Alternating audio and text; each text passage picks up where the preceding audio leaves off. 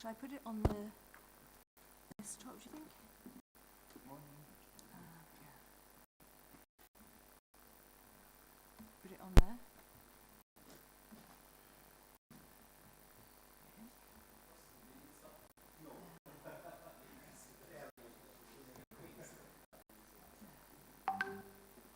Okay, so that's fine.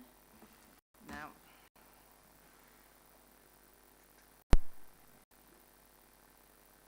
do you think I can put this up? I'll just try that. Find them. I have not seen them. It doesn't, it's not coming. Oh, okay.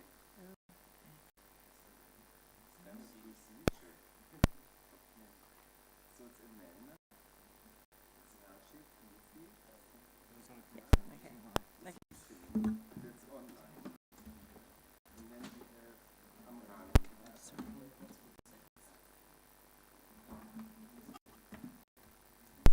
No, this one. Oh, this one. Yeah. So let me see if the updated version still looks the same. Stuart, Khaloufi, Easterling, and Amran. Thank you. Thank you very much. Okay. Good luck. Thank you. Ah, perfect. Can I try this film? I'm feeling every minute it's not a good idea, but I'll try it.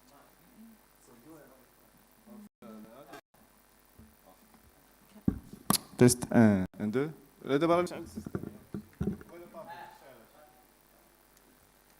He talked to you, right? You are aware that there's someone online.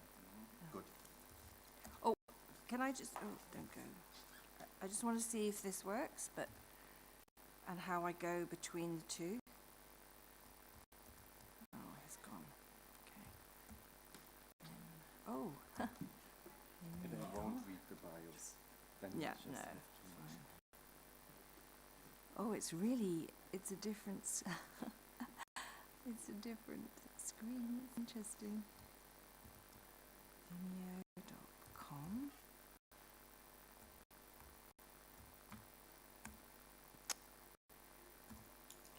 I'm wondering if I should, if I do the film, if I should just flip it so I do it at the beginning, because then the guy can help me. Should I give you 1915 Thanks. 42 786? I don't know if that's even going to work. Right. It's with Yeah. password.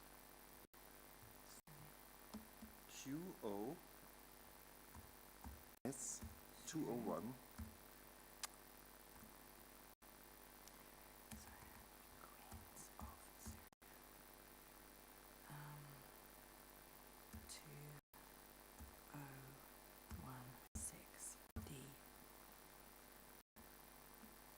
Queens of Syria. All right. I need to register. Okay, I'm not going to do that. I did wonder if it. Oops, shite. Oops, crap. I'll try one more time, but I think maybe the answer is no. Hello. Good morning. Hello. Good morning. Our two guests, wonderful. I'm happy you came. Shukran. You know, we stage even for one. We do it. Will be a seminar. Yeah. So when people come, can you hear me outside? No.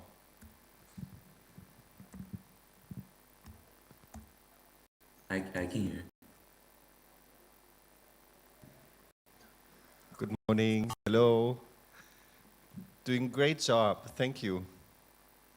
I'm always listening.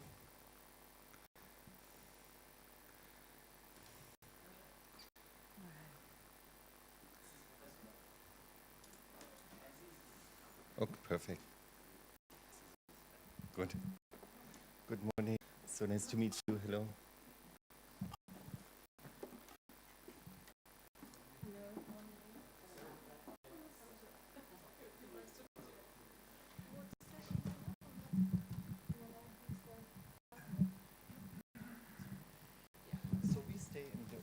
So we have Amanda. Yes. You saw him. Zachary is online. Online. Amanda. Amanda is here. Then everyone is here. Good. Yeah. Thank you so much You're for your welcome. help.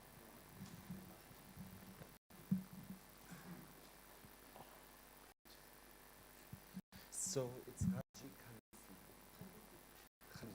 Rajae Khaloufi. Raja Khaloufi. Khaloufi. Raja Khaloufi. Raja Khaloufi.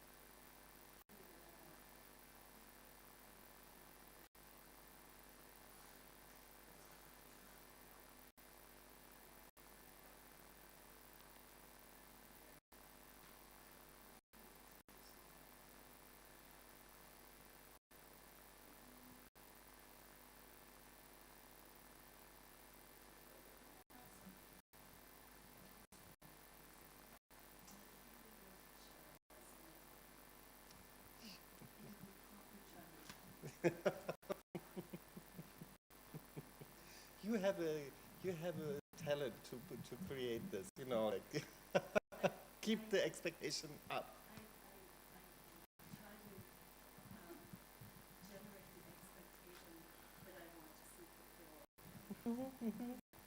Let's see. The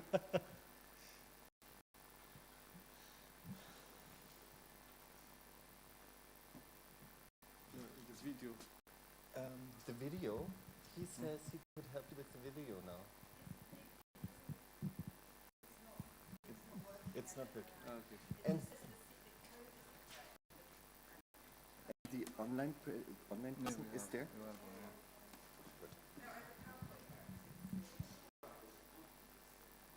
So we have 3 minutes.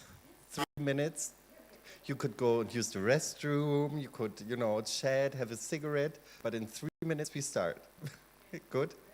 You're ready? Good.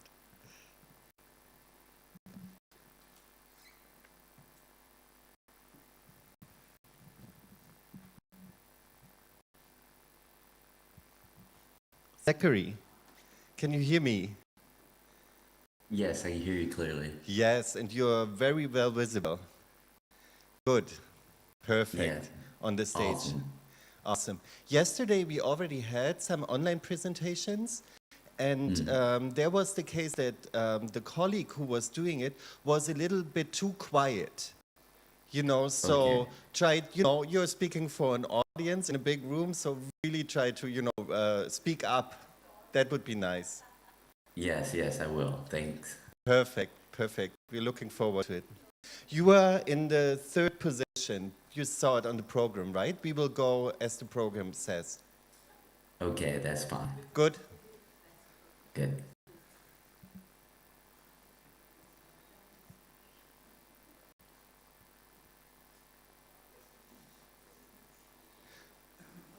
Hello, good morning. Perfect. In the same order, yes. Yeah, good. Good morning. Please.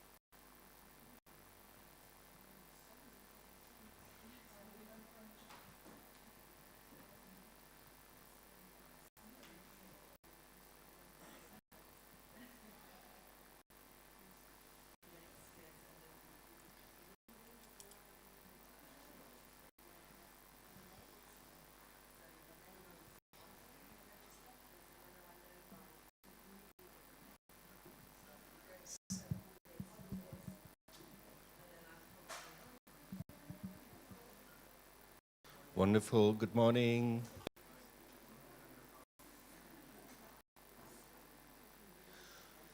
So I think we will start. I'm so glad to see you all. I hope you're all well rested. You had your morning coffee, you had your breakfast, and you feel up for our session number 9 with the title Staging Entangled Histories and Postcolonial Memory. And we have 4 speakers, 3 who are present with me on stage, and 1 speaker who is present online, and he's already here, so we have nothing to worry about. And of course, it's time to thank, our translators again, who I see up there, who are doing an amazing job translating the contributions we're having.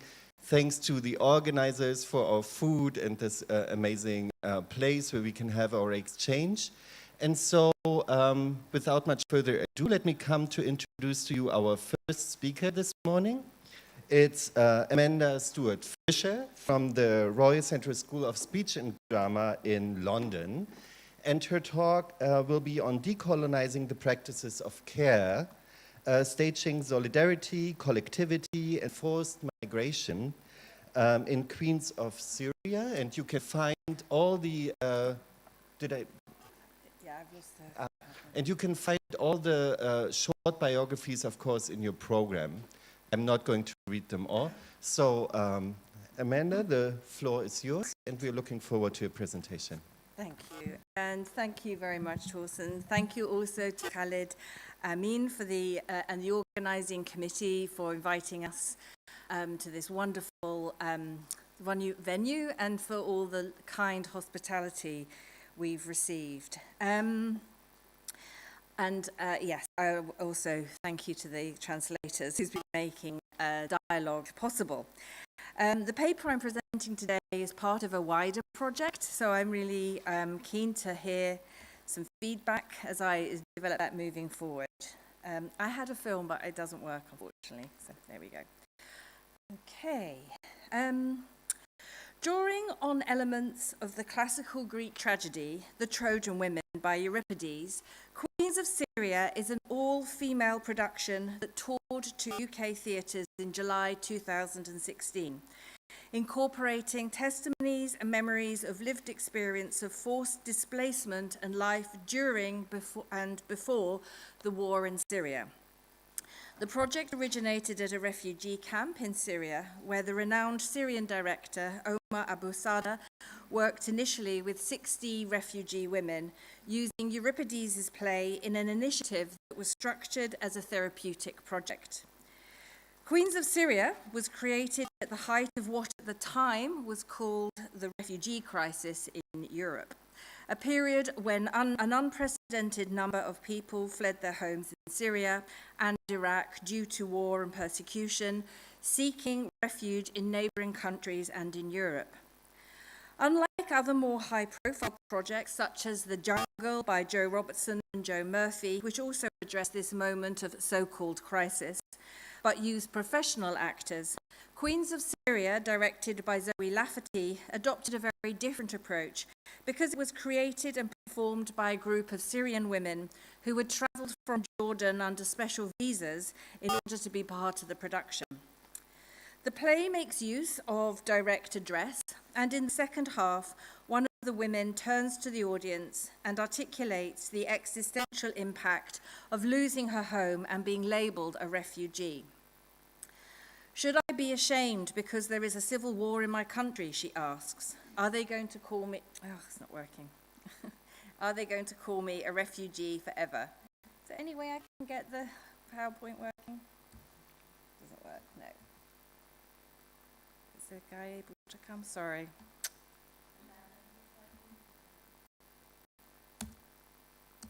Yeah, it's dead. Yeah. Okay. It's moving on there, just not on the screen.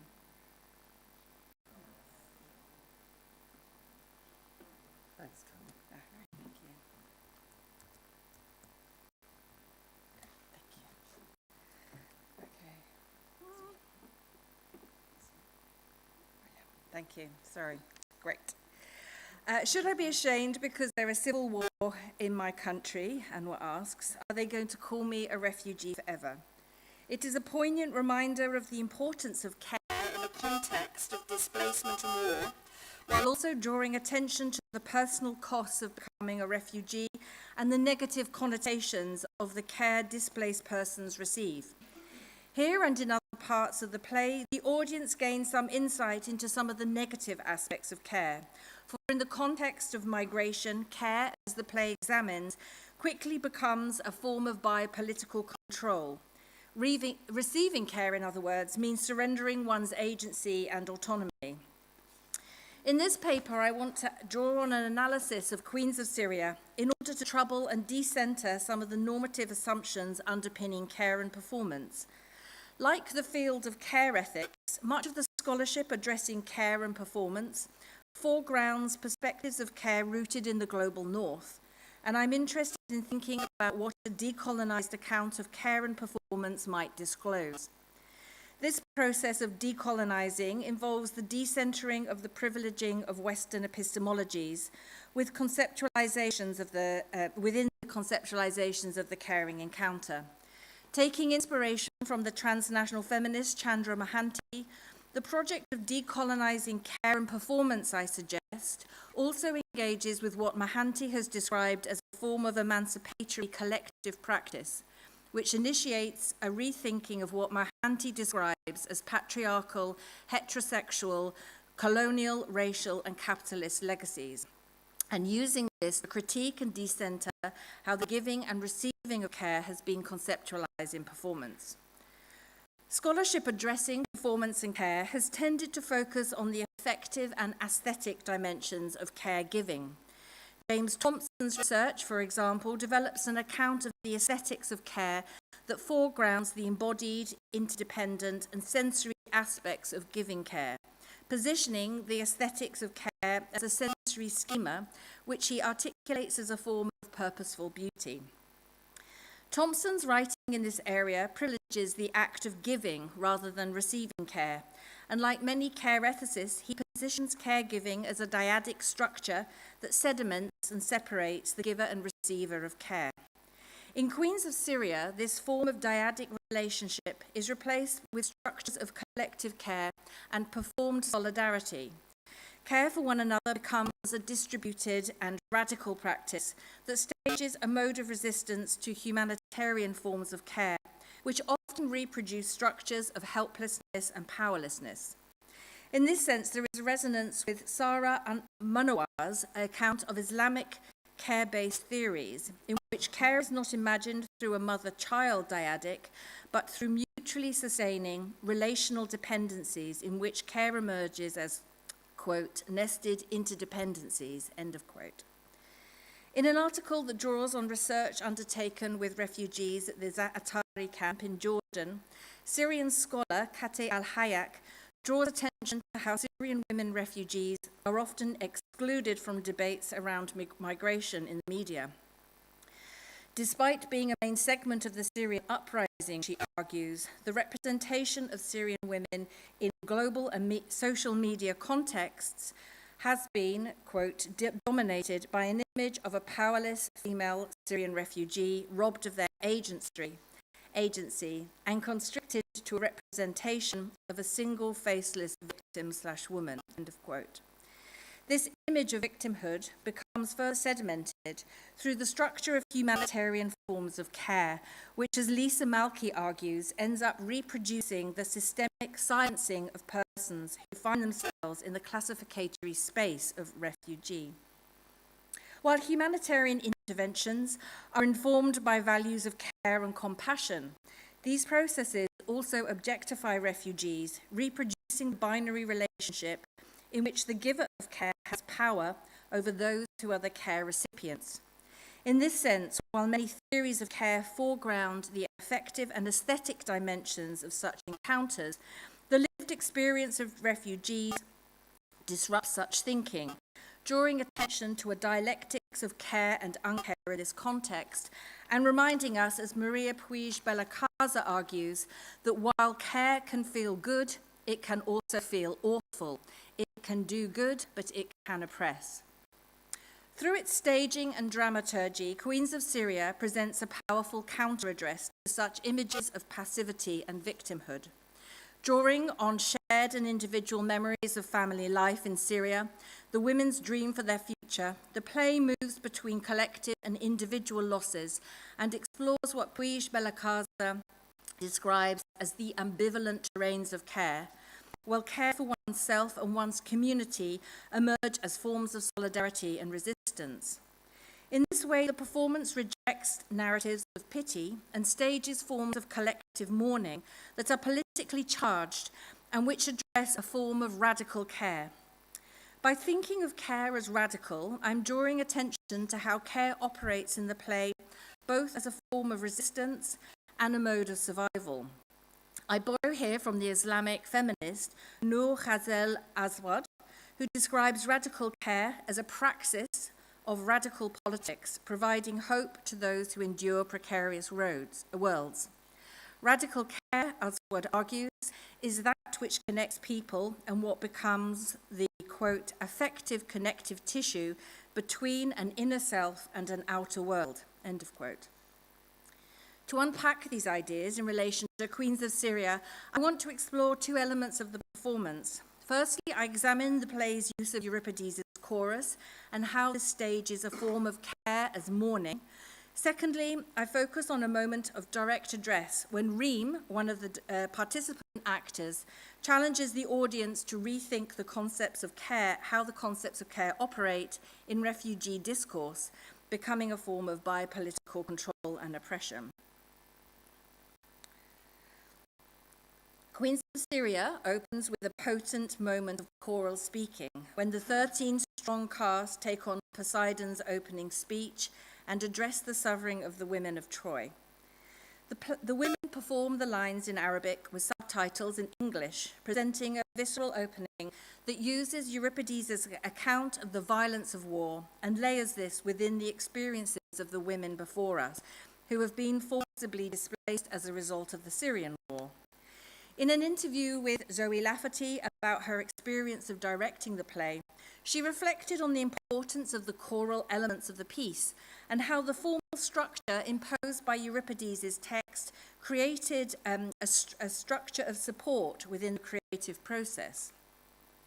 These moments of choral performance generated a framework for the performance, facilitating the more emotionally challenging testimonial material the women created. In order to work with the women's testimony, Lafferty explained how she sought to establish a structure of care during rehearsals, a key element of which was an active acknowledgement of the changing situation in Syria and how this impacted on the women's experience of performing. Lafferty set up what she called a safe word, which meant that if a cast member felt uncomfortable engaging with any of the material she had created at any point, she could use this word and the actors would just move on to the next thing. This created a self-sustaining ensemble who could collectively care and support for one another. As Lafferty explains, the choral sections of the play also meant that the women were metaphorically and physically supported on all sides. The women in the middle of this group, Lafferty explained, could feel supported by that team. And this sense of mutual care became critical when the cast were dealing with painful personal narratives.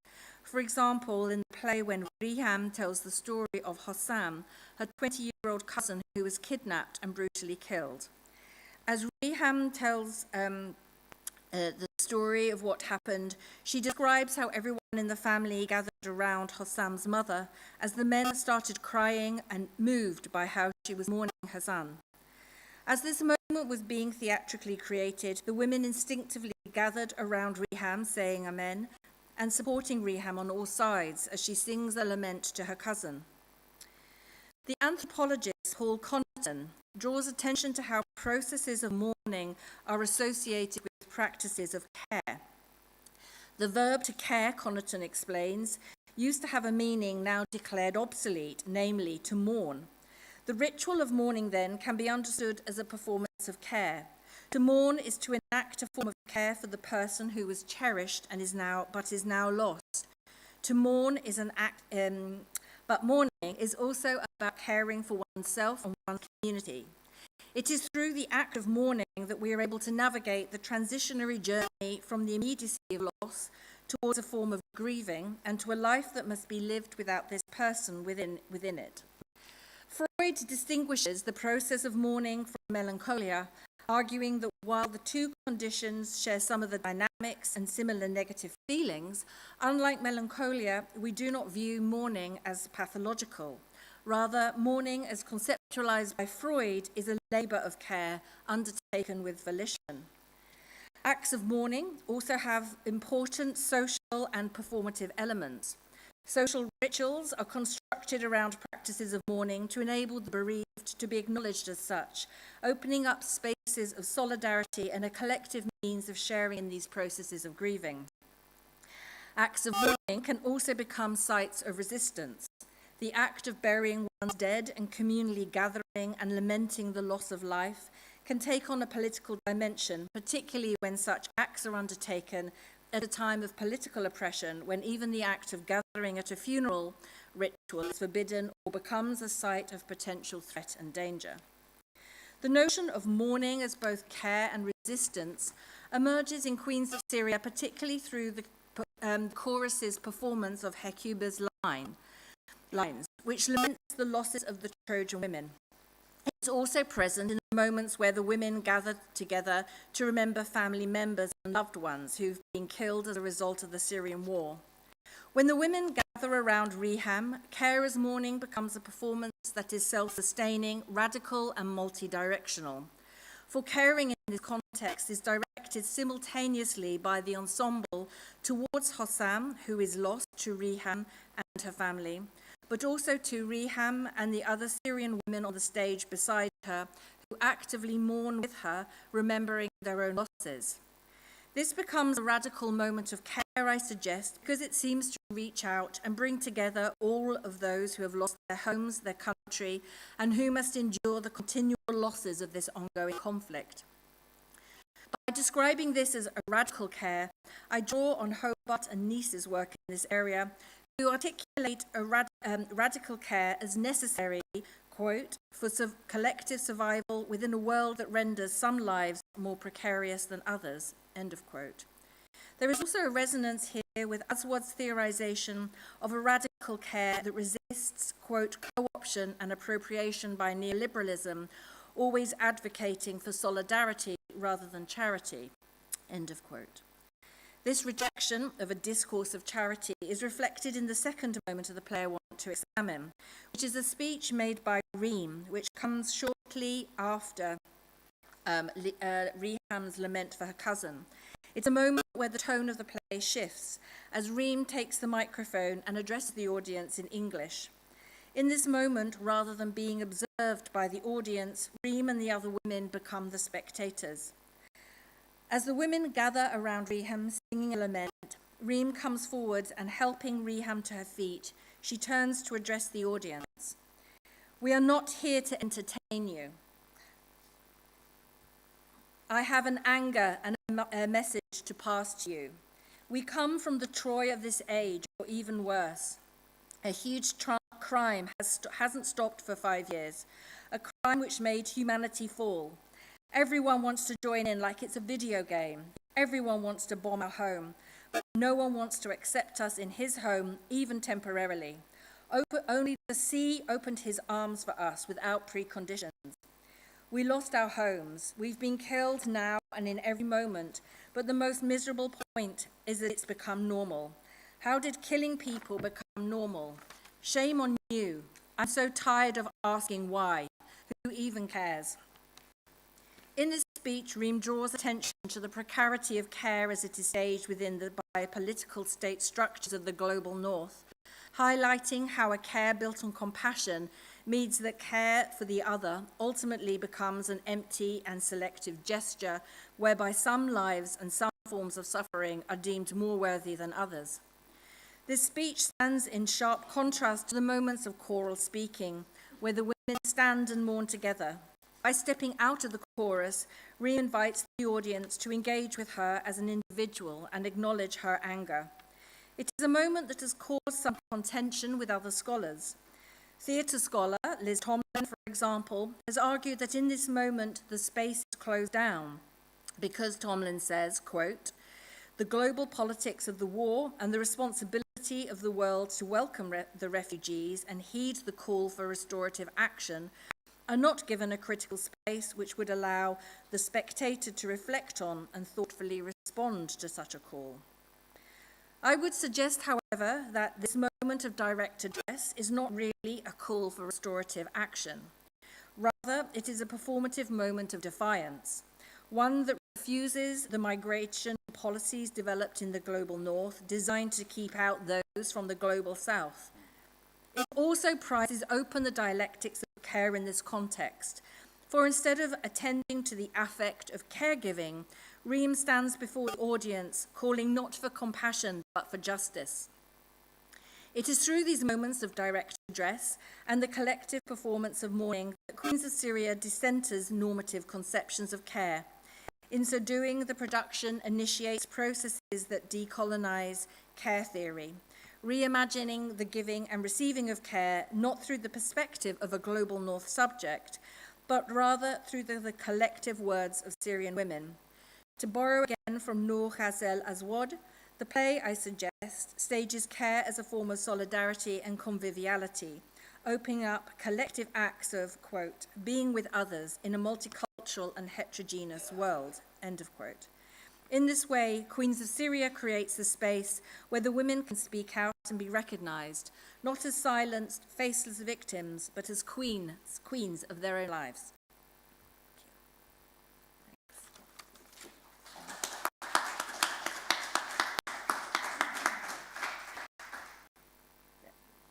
Thank you so much for this very careful reading of this performance. We move right on to our next speaker, who is Rajae Khaloufi, who is Associate Professor of Translation Studies at the King Fahd School of Translation here in Tangier. And welcome to the stage, and the floor is yours. Thank you. Please. Good morning, everyone. I would like to thank the organizers as well as the interpreters contributing to the success of this vibrant event. So I will talk about Decolonizing Historiography in Arabic Drama, a critical analysis of Abdemajid El Haouass' play ما تبقى لكم and its entangled performance histories. The field of performance practice and scholarship has been for a long time a source of portraying, telling, and criticizing historical experiences. In Arab countries, local narratives and aesthetic models have been subject to marginalization due to the influence of epistemological pressures and Eurocentric historiographic paradigms.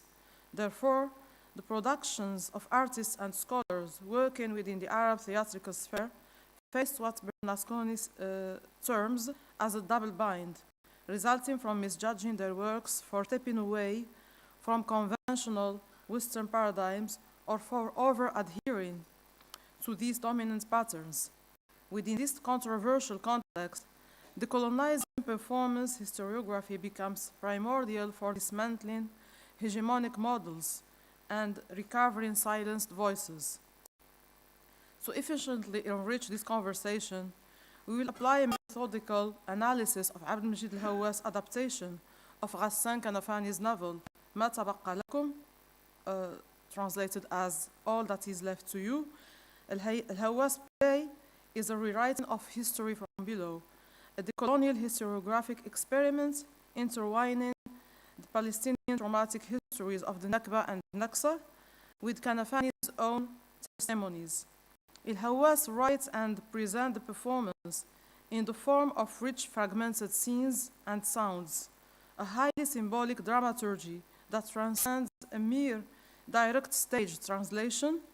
The playwright's aim is to establish novel and disruptive performance models by diverting from the canonical Western paradigms grounded in realism and linearity. This decolonial academic approach seeks to reclaim marginalized narratives through reshaping the ways performance history is written, hence contesting dominant paradigms.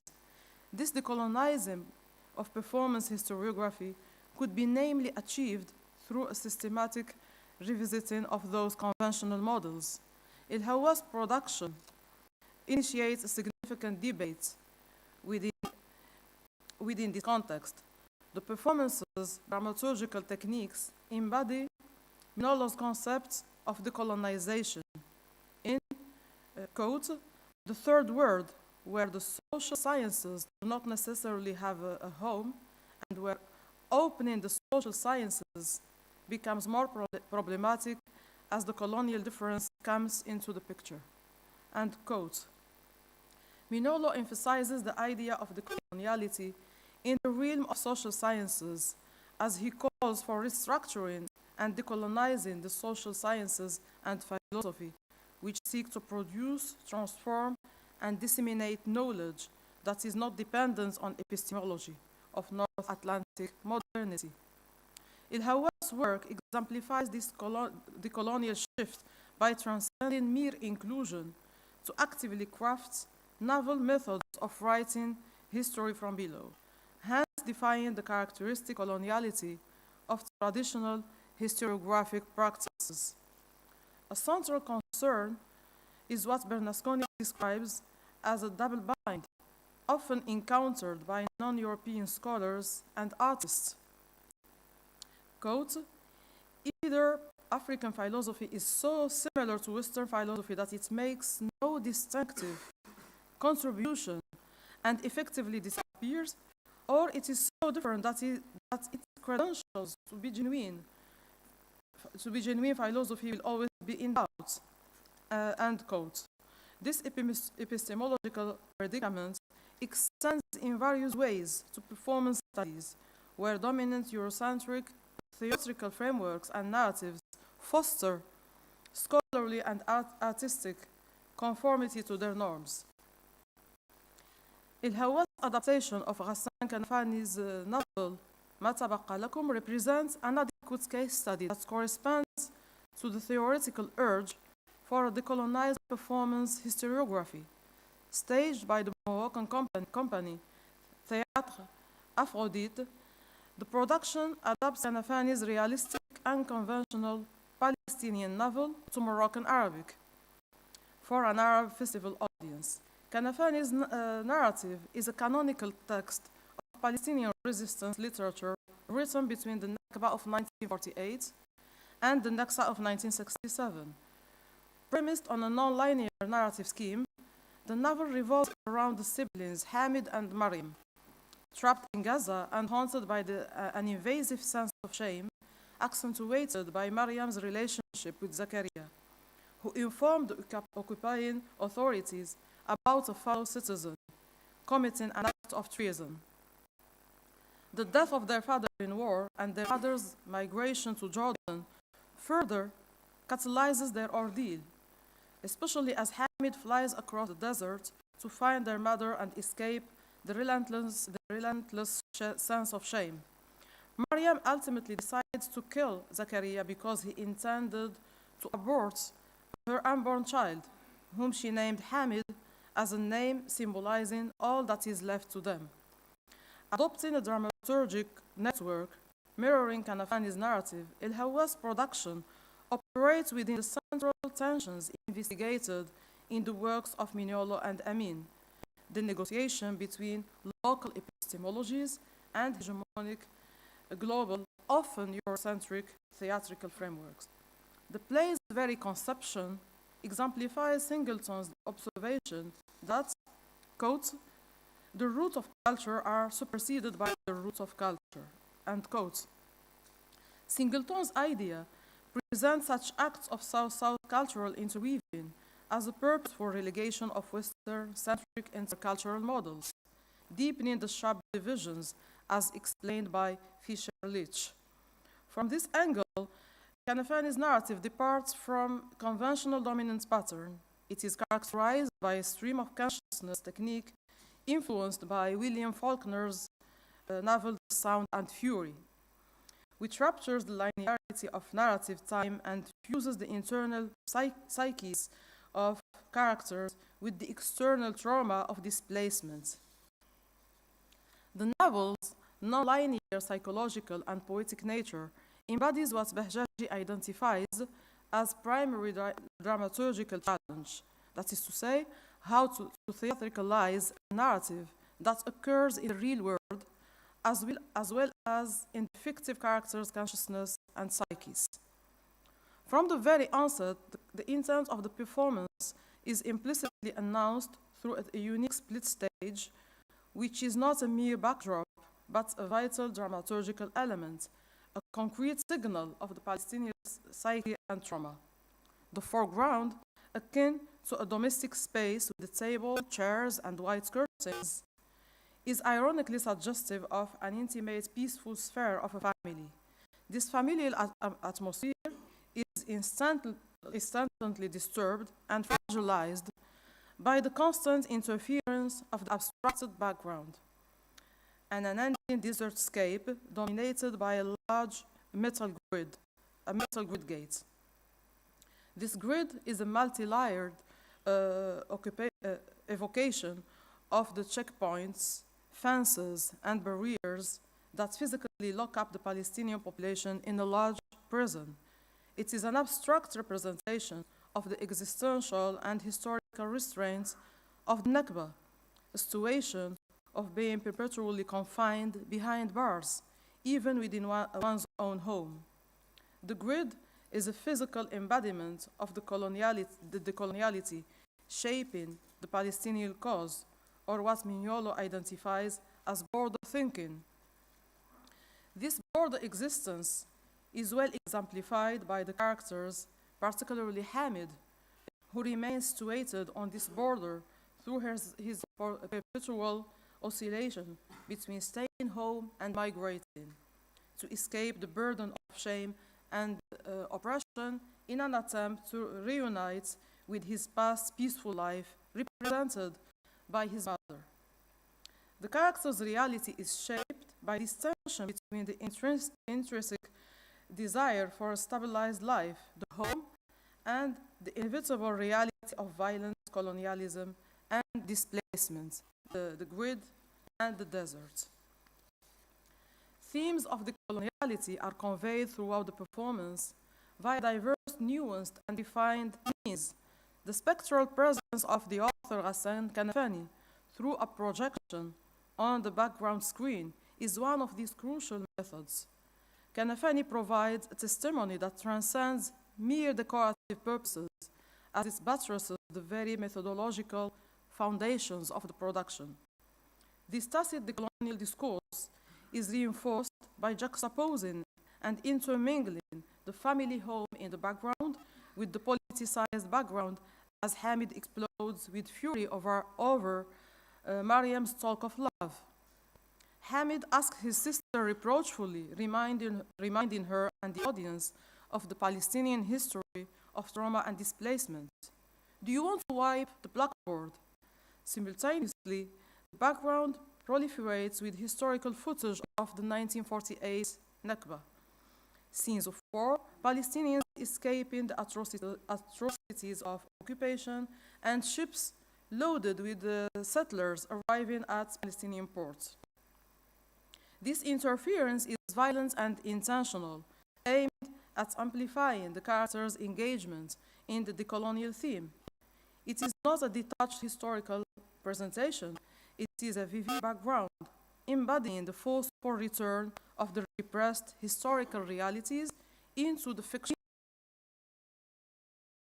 Resistance to Western dramaturgical norms seems to be most contentious through the scene of Mariam's seduction by Zachary. Its detachment from psychological logic further exemplifies the critical double bind referred to by Bernasconi, wherein wherein non-European arts is assessed against Western criteria of realism and psychological logic. Zachariah's temptation is blunt and arrogant, while Mariam's submission is unrealistically swift, passive, and unconscious. Through such illogical juxtapositions, El Haouass steers away from dominant performance paradigms by displaying unconventionally successive, risking a systemic marginalization of the production and its dramaturgical approach. This risk is implied through Bajaj's call for a realistic, temporal linearity of Maryam and Zachariah's double sin. It is an intentional dramaturgical choice bearing anti-colonial implications. Maryam is not presented as an individual case of psychological suffering and immaturity, a complex character making a flawed choice, but as a representation of a whole society. Time constitutes another key theme in the performance. The way it is manipulated is crucial to its decolonial project. The persistent ticking sound foretells a looming danger. Apparently a marker of passing time, it increasingly turns into a maddening acoustic strain, a symbol of a countdown to calamity, and of time and space as indefinite prison. Additionally, El Haouass employs sound as a decolonial oral medium for conveying connotations of solidarity and disruption. The opening of the production critically echoes these rich dimensions as a sad voice sings what sounds like unintelligible words. This incoherent singing incite the audience to reject conventional passive reception and superficial cognitive interpretation, and instead privilege emotional and sensory engagement. It is a voice laden with history and resisting simplistic interpretation and reception. This atmosphere of resistance is suddenly juxtaposed with the interference of a news broadcast in English, whose clear language and authoritative impersonal tone compels the audience to think of the hegemonic pre-colonial narratives. It is a representation of global mediums which often distort and alienate the Palestinian cause for international consumption. Finally, El Haouass does not simply recount a story from Palestine, he rather creates a new theatrical colonial language. It is a form of staging that privileges symbolism, fragmentation, and entangled temporalities over logical linearity, psychological realism, and progressive history. Even the dialogues unfold within a disrupting soundscape, subverting conventional, straightforward discourse. The performance illustrates the double bind faced by the artist in the South. It engages with the global paradigms, adapting a novel to the stage, while intensely and deliberately deviating from dominant norms, risking marginalization. It seeks to attain originality by reclaiming marginalized narratives, not by rendering them palatable to global recipients, but by adhering to typical modes of expression through purposeful denseness and complexity. And thank you very much for your care and attention. Thank you so much for your wonderful presentation, where I think we can already see so many links to what you have been talking about. And I really like this formulation of tacit decolonial discourse, which we're reconstructing. So now we will have an online presentation, and I hope Zachary is still with us. Zachary, are you there? Zachary is a PhD candidate in performance studies at New York University and NYU Public Humanities Fellow, working with the Black Gotham experience. And Zachary, can you hear us? Yep, you're coming in clear. Wonderful. Can you hear me? The floor is yours, and we are looking forward to your presentation. And the title of which is Foster and the Fury 2, right? African American boxers and the performance of race in apartheid South Africa. So please go ahead. Awesome, thanks. I'll just jump into it. The boxing ring is a stage that blurs the lines between athletic and theatrical performance. As such, It allows boxers to represent abstract notions that naturally exceed their person. These abstractions commonly test virtues like hard work versus talent or innovation versus tradition. But these abstractions also routinely include political identities such as race and nationality. This talk centers on a historically important fight that remains under examination, Fahd versus Freie 2, 1973. As a product of American economic and media dominance through the 20th century, race, and especially the idea of blackness, is overdetermined by the cultural expression and experience of African Americans. This reality has impaired others' analysis of the first interracial fight in apartheid South Africa.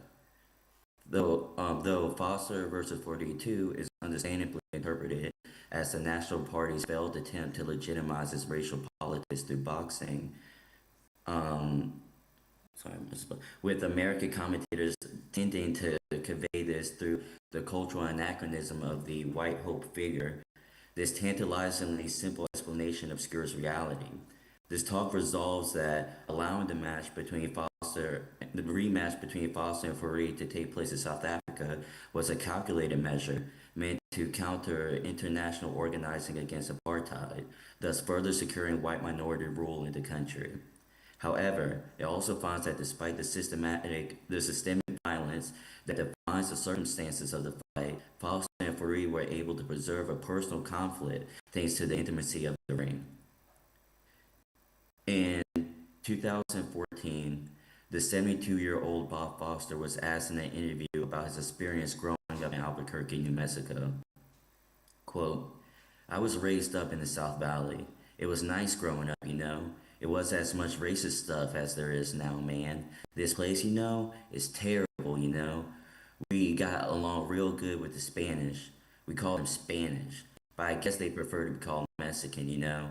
But I never like to use that word Mexican.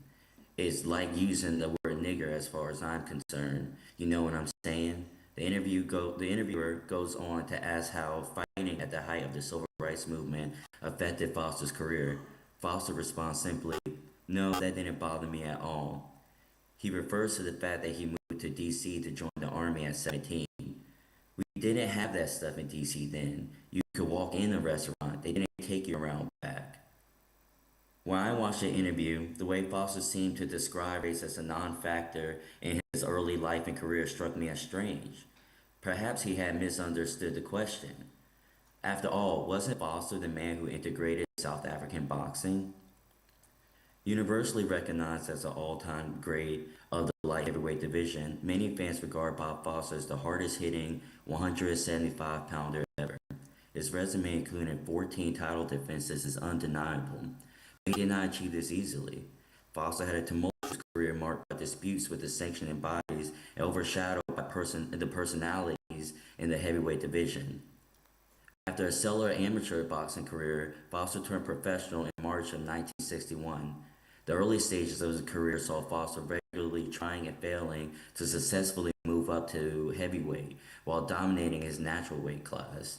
However, after a 1965 knockout loss to Zora Foley, he seems to have realized his limitations, at least momentarily, and goes on a 20-0 run through the light heavyweight division over the next 3 years.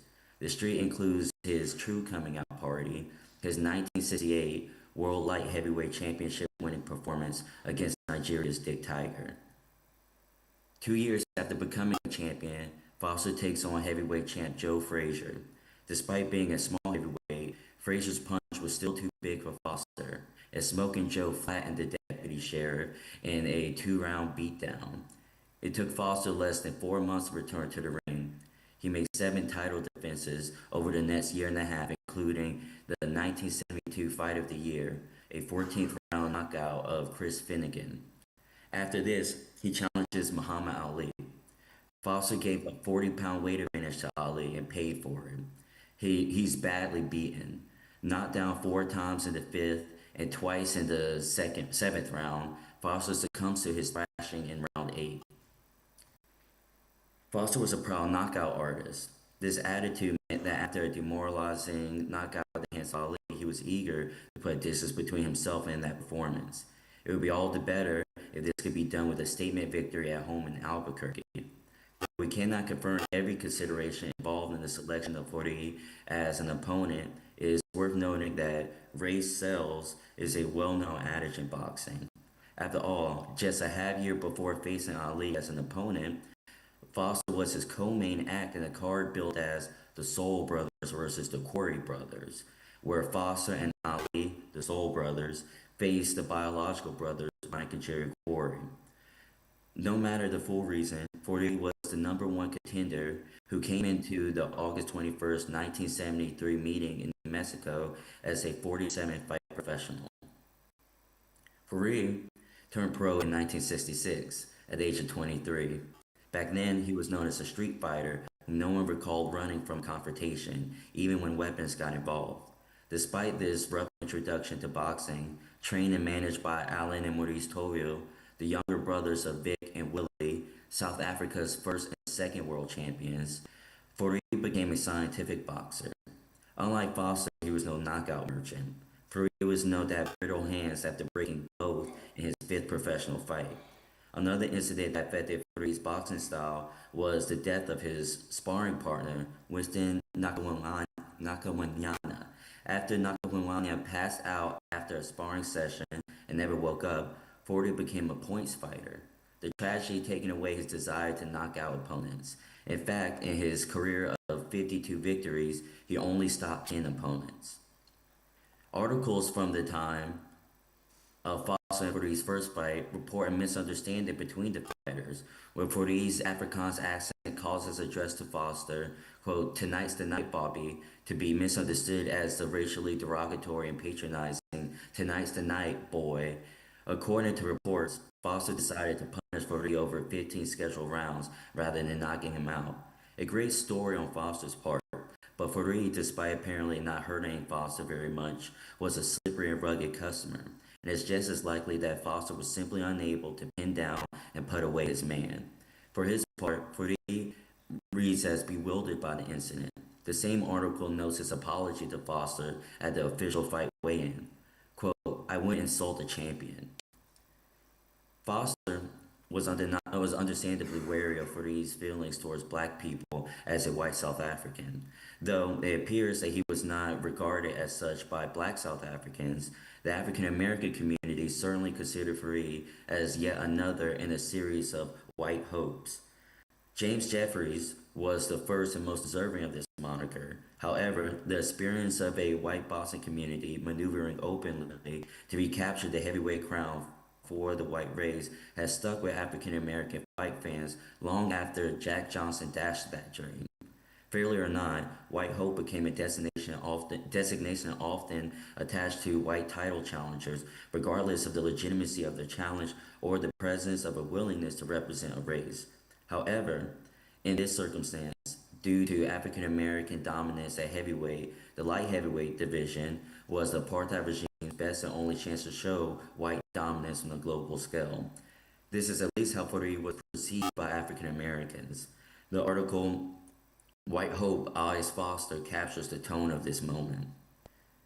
There is no available footage of their first fight, but Alan Tovill recalls a nightmare in the first round. Bob Foster's first flush left splits Freie's head open. In a 1990 interview, Tovill talks about how the cut never reopened after being treated between the first and second rounds, allowing Freie to go the distance with the feared puncher. Despite losing a lopsided point decision, Freie earned Foster's respect. In the press build-up to their second fight in Johannesburg, he calls Freie the toughest he's ever faced. Freie's display of toughness and skill, being only the second light heavyweight to endure 15 rounds with Foster, set the stage, at least sporting-wise, for a rubber match in South Africa. However, major administrative effort would be needed first. In 1973, Section 15 of the South African boxing regulations was titled "Prohibition from taking part by certain classes of persons from certain tournaments." And it stated, "No contract related to boxing shall be entered into between a white and non-white boxer, nor shall any contest, competition, or exhibition between white and non-white boxers be permitted, nor shall white and non-white boxers be permitted to participate in the same tournament. However, on January 20th of 1973, Maurice and Alain Toville arrived at the offices of the South African Boxing Board of Commissions, SABBC, to plead the case for allowing Foster versus 41 to take place in South Africa. Stanley Christodoulou, former executive director of the SABBC, claims in his memoir that every member of the board was enthusiastic about the proposition and agreed to throw full support of the SABBC behind the effort. However, as he also knows, this would be no small feat. It will also need to be amended for the fight to come to fruition. In the meantime, Fahrd's team decided to take their chances in America against the champion. However, back at home, the SABBC was holding up its end. The board had numerous meetings with Petrus Pelser, the Minister of Justice and Prisons, the government department that oversaw boxing at the time. Pelser, however, believed that mixed-race boxing would lead to riots. It seemed a dead end until boxing was moved to the jurisdiction of the Minister of Sport, Piet Koolhof, who was open to the commission's request and made all the amendments required to make way for the rematch to happen in South Africa. This included the conferment of the recently re-established honorary white status to Foster, available to foreign blacks. Bob Foster's treatment as an honorary white in South Africa was not a new state of exception for him alone, but rather the revival of a liminal condition occupied by African Americans in South Africa through the late 19th into the early 20th century. The period opens with the 1890 arrival of the Virginia Jubilee Singers, a singing group hailing from the Hampton Institute, today Hampton University. Over 2 tours lasting a combined 5 years, these performers necessitated the formation of the honorary white status as a matter of practicality and were supported by the remains of the Reconstructionist era politics in Washington.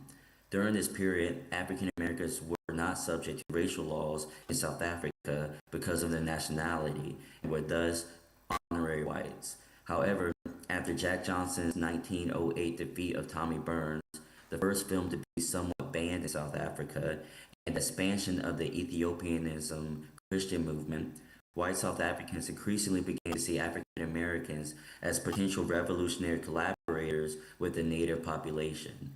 This led to mass deportation of African Americans from the Cape Colony. This was the end of the honorary white status until Foster arrived in 1973. As an honorary white, Foster and his entourage were permitted to live and train in the luxury Johannesburg hotel usually reserved for white guests. However, as an Associated Press article from the time critically comments, the government had its own motivations for doing this. Quote, international weightlifting, table tennis, soccer, and amateur boxing bodies ostracized South Africans. Big game fishermen have been excluded from top angling events. Rugby union is a national sport and almost a sacred institution amongst the white minority. With such traditional rugby opponents as New Zealand and France include non-whites on their visiting teams, South Africa had to decide whether to ease apartheid on the playing field or be rejected by these teams. It was known at the time that the regime desired to re-enter and maintain international sporting relationships. It was thus willing to make an exception for internationals with the understanding that the easing of apartheid would be restricted to sport and foreign non-whites. And informed by this, I argue that despite most contemporary coverage claiming that the fight was a lowering of the race barrier in South Africa, it was actually the government's way of maintaining minority rule with as few consequences as possible. The problem was that apartheid was becoming inconvenient for white South Africans as well.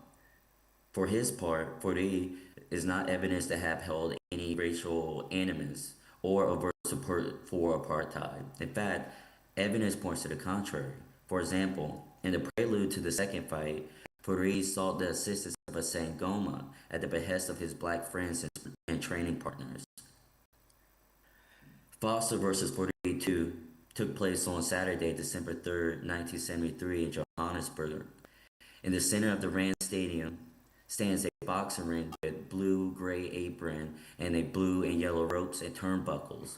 For the first time in generations, a multiracial South African audience attends a professional boxing match between white and black opponents, though they sit in segregated areas. Foster wears blue trimmed in white, contrasted by Freie's blue trimmed in red. In the fight, we see Freie wary of Foster's long reach, jumping into range with ineffective flurries that end in clinches. At range, Foster fights in his traditional manner, deeply bladed, orthodox, low leading hand making an L across his body, methodical footwork. Freie attempts to use his superior foot speed to get in beyond Foster's preferred range and surprise the champion with awkward short punches from unexpected angles. By the last round, Freie is clearly the more spent of the two fighters. Though he remains slippery, his herky-jerky movements combined with Foster's punishment have drained him. Freie slips to the canvas and stands on rubbery legs. Despite this, his skills in the clinch nullifies Foster for the remainder of the fight. The final bell rings, and the men embrace.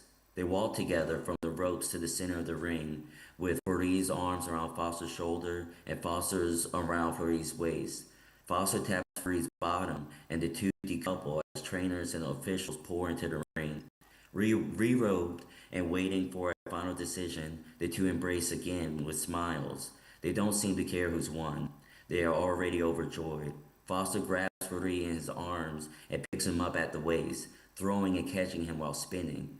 Freie, smiling, pats him on the back as he does so. The decision comes. Foster puts down his new friend and has his hand raised by the referee. Foster came into the fight with a definite chip on his shoulder.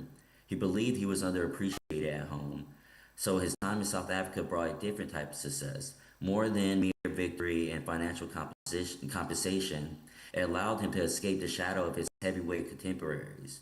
Though we might think ill of his willingness to accept an honorary white status, the quest for respect seems to have been a key motivating factor throughout his career. He was not only allowed to stay in a hotel normally reserved for all white guests, but was the first and only guest at the time of the brand new construction. He even had a personal chef assigned to him during his stay. Though we might say that Foster was experiencing a different form of segregation, he does not experience it this way. He feels welcomed as a black man in South Africa. An article in Drum, a long-standing black South African magazine, is evidence of this. When the interviewer asks Foster where he gets his power from, he tells them, quote, "I get the kick from my favorite dish, pig feet." When the interviewer tells him pig feet are popular in the township, Foster turns to his wife and says, "Hear that, love? We're on to a good thing. I'm at home." Bob Foster and Pierre Freie are alike in that they are bad actors. They refuse racial expectations and through their non-performance reveal the audience's desires. In the ring, Foster and Freie refuse to represent anything other than themselves. This is the source of the intimacy they show at the end of their second fight. This occlusion of their conflict to the ring simultaneously defines the performance's limitations/failure and its means/success. Though Foster's suspicion towards Freie melted away over the 30 rounds they spent together, the violence that preceded and surrounded their fights was still there despite the transformation that had transpired between the men. Though we see wariness turn into admiration, it is contained and permitted under the assumption that it remains non-systemic. In this way, the fight was a success for the government, a violent ploy that secured more freedom for white South Africans without expanding those of blacks. This is true, but at the same time, the fact remains that Foster and Freie, amongst all that violence, were able to nurture a personal and intimate connection. That's it. Thank you. Perfect. Thank you so much for taking us into this entangled history of boxing. Yesterday, I don't know if you could follow us online. We already had a talk about soccer soccer fan culture. So sport is everyday part of our conversation here. So now we continue with our last presenter in this panel. It's Abdemajid El Haouass. And he's associate professor, we know him from the conference yesterday. He's associate professor of literary and cultural studies at Abdemajid El Haouass University here in Tétouan, Morocco. And I think do you have a presentation or are you all set up? Presentation. No, I think it's fine. So your title of your talk is In Memory of a Radical Voice, revisiting I Will Marry When I Want as a decolonial performance archive. And welcome, and the floor is yours. Thank you so much, Mr. Chairperson. So my paper is titled In Memory of Radical Voice, Revisiting I Will Marry When I Want as a Decolonial Performance Archive. So in my paper, I'm going to offer a decolonial reading of this play. This play was first performed in 1977. Just after that, the two playwrights were arrested and detained, and they were in prison for 1 year. After the release, of course, the Rajae fled to Zimbabwe and Ngugi fled to UK and later to the US. So let me read my paper, and of course I would be pleased to respond to your questions later. So Ngugi wa Thiong'os and Ngugi wa Thiong'os' I Will Marry When I Want emerges as a powerful act of epistemic disobedience, a theatrical intervention that refuses to let Kenyan performance be framed within the epistemic hierarchies produced by the coloniality of knowledge. Drawing on what Walter Minulo calls the colonial matrix of power, the interconnected system through which colonialism organized authority, economy, subjectivity, and knowledge, the play exposes and resists the long afterlives of colonial domination in the cultural sphere. Its use of the Kikuyu language, its community-based staging, and its validation of indigenous performance idioms enact a decisive linking from Western theatrical norms. Rather than reproducing the aesthetic expectations of European theater, the play constructs a performative world grounded in the material and emotional textures of everyday struggle. Land dispossession, machinery control, exploitative labor, and the lingering spiritual violence of colonial Christianity. The opening scenes where Gikondo repairs broken furniture in his modest home foreground the lived realities of poverty and present the stage itself as a site where colonial and post-colonial powers intersect. The forceful hymns of the religious visitors calling for sinners to be crushed expose how Christianity functions as a part of the colonial matrix, using spiritual language to mask economic domination and political coercion. The play also reveals how coloniality infiltrates intimate spaces such as marriage, family, and generational relations.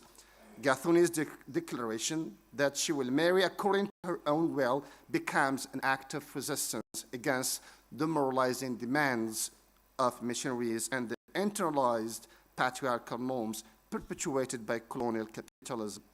Her refusal is not merely personal, it's a rejection of the colonial script that seeks to regulate African bodies, desires, and familial structures. The tensions within the household mirror the tensions within the nation, where political independence hasn't dismantled the matrix of power, but has instead redistributed its privileges among a new elite. When Gikondo recalls traditional communal celebrations and dances, the play activates embodied memory as a form of historical recovery. These sequences interrupt colonial linearity and assert a pluriversal understanding of history, one in which multiple temporalities coexist and in which African performance traditions function as legitimate modes of knowledge rather than as a primitive cultural residues. This decolonial project resonates strongly with Jack Goody's critique in his book, The Theft of History, especially his argument that Europe universalized its own historical experiences and appropriated the cultural achievements of other societies to cast itself as the origin of modernity. European categories such as progress, civilization, and development became global standards, erasing non-European histories and subordinating them to a Eurocentric temporality. This dynamic is dramatized in I Will Marry When I Want, when missionaries and businessmen pressure Gikunda and Wangisi to adopt Western norms while simultaneously seeking to dispossess them of their land. By grounding its dramaturgy in local performance practices, the play rejects this Eurocentric theft of historical agency and restores African cultural forms to their proper epistemic place. Its integration of song, dance, and communal storytelling disrupts the historical arrogance identified by Goody and reclaims the right to narrate Kenyan history beyond the frameworks imposed by colonial power. The play's critique of religious and economic institutions reveals how deeply the colonial matrix of power continues to structure spiritual, material, and emotional life. The businessman's attempt to save Gikunda through forced church membership disguises their economic motives, turning salvation into a mechanism of control. The workers' continued exploitation under a post-independence capitalist order demonstrates the persistence of colonial labor hierarchies and now managed by local elites aligned with global capitalist interests. When Gikunda enumerates the rising costs of basic necessities, he articulates a counter-history of independence marked by poverty, betrayal, and disillusionment. This counter-history aligns with decolonial calls for delinking because it centers voices excluded from official narratives and elevates the experiences of peasants and laborers as legitimate sources of historical knowledge. One scene that sharply illustrates how the colonial matrix of power operates in the play is the moment when the missionaries and businessmen pressure Gikunda and Wangisi to convert before asking them to use their land title as collateral for Kiwi's factory project. What appears at first as a spiritual invitation becomes a coercive maneuver that merges religious authority, economic extraction, and cultural domination, the pillars of the colonial matrix described by Mignolo. The conversion ritual, framed as moral purification, functions as performance of submission that reactivates colonial hierarchies under the guise of Christian respectability. Only after the couple has been symbolically cleansed do the elites reveal their true intention, which is to secure control over the family's only means of survival. This pivotal scene shows how the coloniality of knowledge, which is missionary discourse, coloniality of power, which is capitalist manipulation, and coloniality of being, which is humiliation of the poor, converge in a single performative act. The later uprising of the workers' chorus gains deeper meaning in this context. It rejects both the false promises of religious salvation and the predatory alliances of post-colonial elites, calling instead for a selective delinking from the structures that have long governed their lives. Throughout the play, delinking is expressed not only thematically, but also aesthetically. The song's collective performances and communal interactions break from the bourgeois theater model inherited from Europe and affirm a performance tradition rooted in collective participation and embodied memory. This aesthetic delinking allows the play to articulate a pluriversal vision of theater, one in which African performance forms are foundational epistemic frameworks rather than peripheral additions to a Eurocentric canon. In this sense, I Will Marry When I Want responds directly to the call for a decolonial inquiry into entangled performance histories. It confronts the layered entanglements of economic exploitation, religious coercion, and cultural resistance while modeling new decolonial modes of theatrical practice. In I Will Marry When I Want, Ngugi wa Thiong'o and Ngugi wa Thiong'o expose how the colonial matrix of power continues to structure post-independence Kenyan society, revealing that political liberation didn't dismantle the deep entanglement of economic, cultural, and epistemic domination. The play shows that independence merely preserved older colonial hierarchies. Land remains concentrated in the hands of the wealthy. Workers endure exploitation under a capitalist system aligned with foreign interests, and religious institutions side with the powerful while masking structural violence behind a facade of moral authority.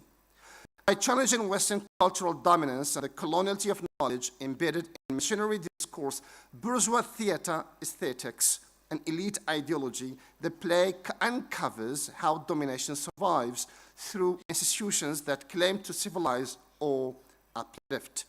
Yet the narrative resists ending in despair. Instead, it culminates in a call to collective action, suggesting that only through worker solidarity and the reclamation of local epistemologies can communities delink from the colonial matrix of power and imagine a radically different future.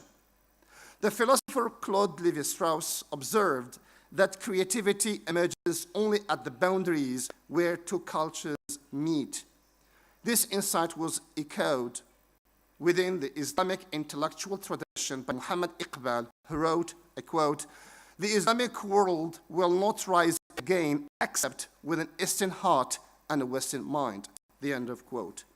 For Iqbal, true intellectual renewal requires engaging with ideas beyond one's own heritage, but with a crucial distinction.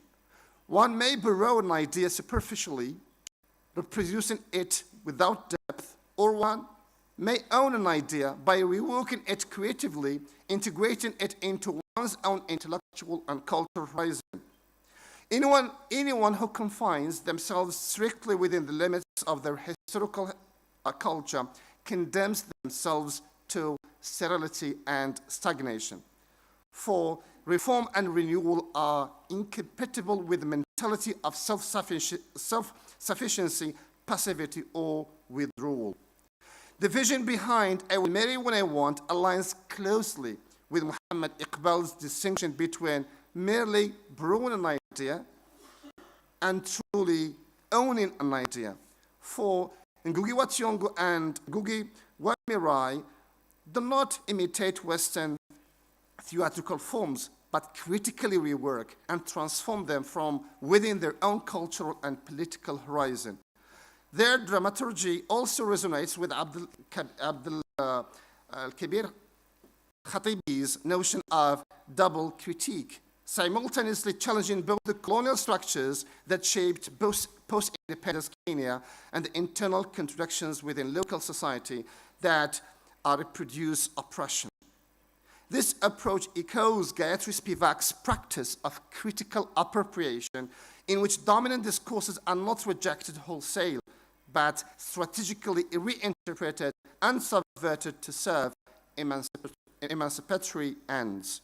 Likewise, the play embodies Khalid Amin's concept of the colonial interweaving of performance cultures, crafting a theatrical language where indigenous performance traditions intersect with global forms to produce a new resistant aesthetic. Through this multi-directional reworking of ideas, the play becomes a site where cultural entanglement is not a burden, but a source of creative and political possibility.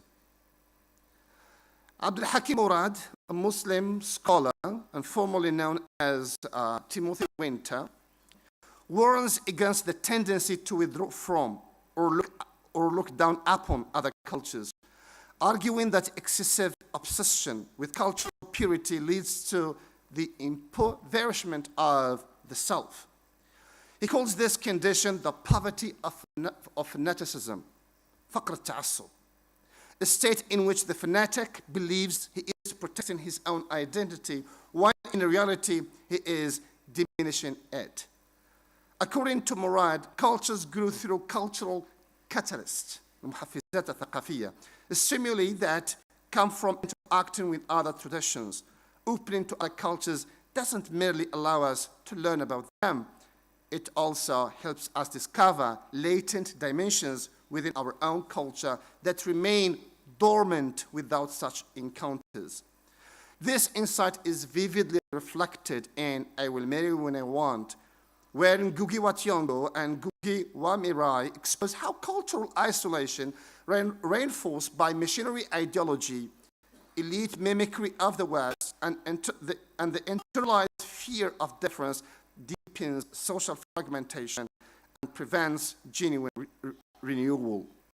The play suggests that liberation requires neither blind rejection of external influences nor an uncritical embrace of them, but a critically open engagement that enables communities to rediscover suppressed cultural energies and transform them into tools of resistance.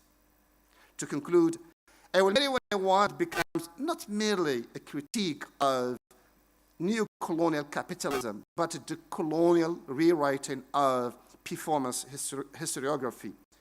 It dismantles the universalist claims of Western categories, dislodges coloniality from the study of theater, and asserts the legitimacy of African modes of knowing, remembering, and creating. By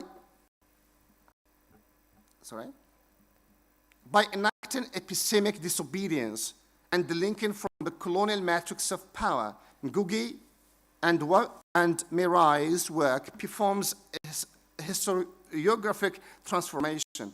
It restores stolen histories, amplifies silence voices, and imagines pluriversal futures in which performance is no longer bound to European paradigms.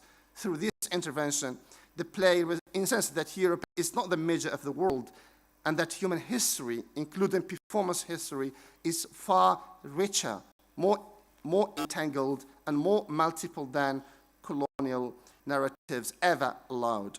In this sense, the play stands as a quintessential case of entangled performance histories where local languages, global structures, and intellectual and intercultural ideas intersect in a colonial act of rewriting the archive. And thank you so much for your attention. Thank you so much for taking us to Ngugi wa Thiong'o. And I think thank you all so much to our contributors who were so disciplined and stayed in their time, that we really now have some time to have a discussion, which I really enjoy. And because we have a few minutes, I would like to ask Amanda and Raja my first question, and then you can think of yours, and we open the floor. You know, I thought something that connects both of your presentations in my ears was this resistance, for example, to images of care in particular. And you, Professor Khaloufi, you spoke about resistance also to dramaturgies of, you know, psychological realism and to, you know, dramaturgies of compassion. So I thought that's very interesting. That's something to connect both of your talks, that you made this argument that there is resistance to this also affect, you know, particular affective reactions on the side of the spectators. So maybe you could talk about this, and in, you know, and Zachary, I hope you're there too, because there I saw this resistance also to this expectation of conflict and hate. So there seems to be affect, seems to be a very important component in this discussion. So I give you maybe this. Yeah, well, thank you very much for the question, Torsten. I think in Queens of Syria there is a resistance to certain types of care, but I think what I'm also trying to explore is how care can be rethought through this performance and relocated a bit. I mean, interestingly, another connection I noticed between our two papers was the thematic of shame. And I think that is something that emerges in, I think that it is kind of echoes in the sort of Eurocentric vision of care, particularly in relation to refugees, lives, and migration, where care becomes something, care receiving is in caregiving becomes something that recasts the care receiver as someone helpless and victim. And certainly in politics around migration, there is, I mean, there's a lot of research about this, about how there is a need to narrate a certain type of misery and suffering in order to unlock protection and refuge. Yeah, thank you. Thank you everyone for your attention. Abdemajid El Haouass play is based on mixing reality and fiction.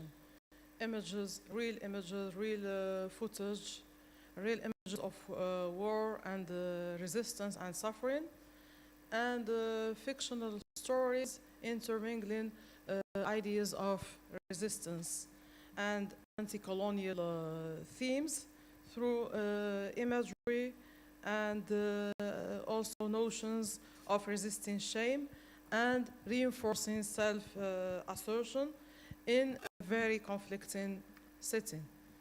That's it. Thank you very much. Yes. We have multiple questions now in the audience. I start with Tracy because she raised her hand first, and you, thank you very much. And then it's you, and then I see your hand, and who else was raising their hand? So let's start with Tracy. Thank you all for these very stimulating papers. My question arises from listening to the first two, but it's possible also that Abdelaziz, you might also find traction in this. So I'm wondering, given what you've talked about, and I'm kind of putting this in my own words, where we see examples of rhetoric challenged by staging. Yes. And tension between rhetorics and staging. So the discursive and the imagistic visual and kind of consequences of presence on stage, which so distinguishes the work of theater from the written work. And this happens through images, through surtitles, through inversions and incongruities, fragmentations, and historiographic challenges. I'm wondering if you can help us understand anything about the generative process of putting these works on stage that would lead these companies to find techniques that allow for points of view to be in tension and to come through so clearly.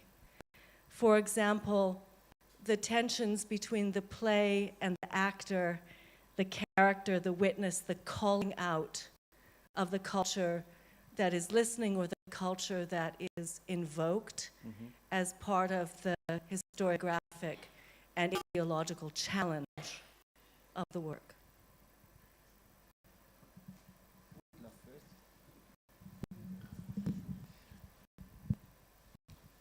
Thank you very much, Tracy, for a really interesting question. I really wish I could have shown, was hoping to show a clip from the performance, which kind of goes some way to addressing this. And I think what is very interesting in this performance is the way that the classical Greek text operates to amplify individual voices and stage modes of resistance rather than devoicing the group of people, the women involved. There is actually a really brilliant film called Queens of Syria, which actually tracks the evolution of the project, because what's very complex when you're talking about this project is it began in in Jordan in the refugee camp with 60 women, and then it evolved, and the version that toured the UK kept a lot of the original ideas from Omar Abu Sada's project, and then kind of, I think, shaped it for a UK audience, because Zoe was very clear that it was about the anger that the women experience. So I've been thinking a lot about the way that mourning operates in the play, and what I'm interested in exploring next, which I'm writing about at the moment, which is actually the use of lament, and how lament is evoked in the play as a kind of female-orientated practice, which happens in other parts of the world too, and has been theorized by other feminist theories as a way linked with resistance and anger, which is something I'm exploring at the moment. Thank you. Thank you very much for the remark and about the... Yes. Yeah. Thank you very much for the inspiring ideas. Concerning Abdemajid El Haouass play ما تبقى لكم, it is based on merging images, fictive images, real images, and realities, along with the sound play, which are all united on stage through videos, stories, and real testimonies of Che Guevara, Marx, and the author of the novel, Hassan Kanafani, along with a continuous oscillation between real scenes and fictive resistance against colonialism and resistance against an overwhelming sense of shame. It is an overwhelming sense of shame, both for characters and maybe the receivers, for various political and social and cultural reasons. And, thank you very much for the remarks and questions. So I think because we are running out of time, I would like to ask you brief questions, and we collect the questions. It is you, and then you, so we can, and you, so we can collect these questions now, which please be brief, and then we answer them together, and then we have to finish. Yeah, thank you. من حسن حظي أني شاهدت فيلم نساء ملكات سوريا، لأنه عرض بالمهرجان الدولي لسينما المرأة بسلا. من حسن حظي أنني شاهدت فيلم نساء سوريا لأنه عرض بالمهرجان الدولي لسينما المرأة بسوريا، عفوا بسلا، ونال جوائز كثيرة في أبو ظبي وفي مهرجانات حقوق الإنسان. والعظيم في هذا العمل كيف يستطيع عمر أبو سعد اللي هو المخرج المسرحي الأساسي أن يعود إلى 4 قرون قبل الميلاد ليستحضر يوربيدس. وتعرفون علاقة يوربيدس مع نيتشه عندما كتب ميلاد تراجيديا، وأعطاه قيمة كبيرة جدا، لأن التراجيديا شيء مهم، وأظن أن العروي كان قد وقف موقف مهم جدا من الأعمال التخيلية التي يكتبها العرب، لأنهم لا يعرفون تراجيديا. لهذا أنا أقول ما أعجبني كثيرا في هذا العمل هو هذه الفرشات الثلاث: الملحمة التراجيديا الإغريقية، والمسرحية الأردنية عن نساء سوريا، ثم الفيلم كذلك. هذا ما يسمى بالبناء الجيولوجي للكلام عن شيء واحد أساسي، هو أن نساء يوربيدس كنا يبحثن عن الخروج من الحياة إلى الموت لكثرة الألم، لكن السوريات العكس، كنا يبحثن عن من فضلك لم أتكلم أبدا من فضلك. لهذا نحن هنا لنتحاور ليس لوضع أسئلة، فالحوار هو سؤال كذلك. لذلك فأقول أن النساء السوريات بقينا حيات ليعشنا ليحكينا الألم، وهذا هو الفرق. وأظن أن فيلم لجودار رائع جدا خال أن إسرائيل تدخل إلى الأرض لتدخل الواقع، لكن الفلسطينيين يخرجون إلى البحر لخلق الميثولوجيا. وأظن هذه المسرحية تعبرنا عن هذا الألم. شكرا. Thank you.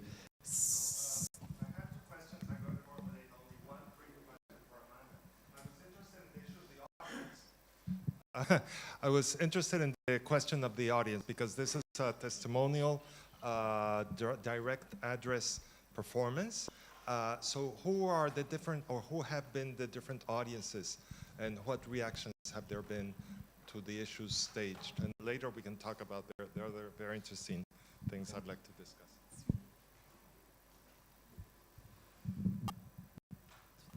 في إطار المنظور الديكولونيالي كان وقع واحد الخصومة بين جورج لوكارتش وبريخت، حينما قال جورج لوكارتش بريخت بأن الشكل الذي تستخدمه يدل على ميولات برجوازية، فرد عليه بريخت يعني كيف يمكن لي أن أفكر وأطرح منظور جديد بطريقة بلزاكية.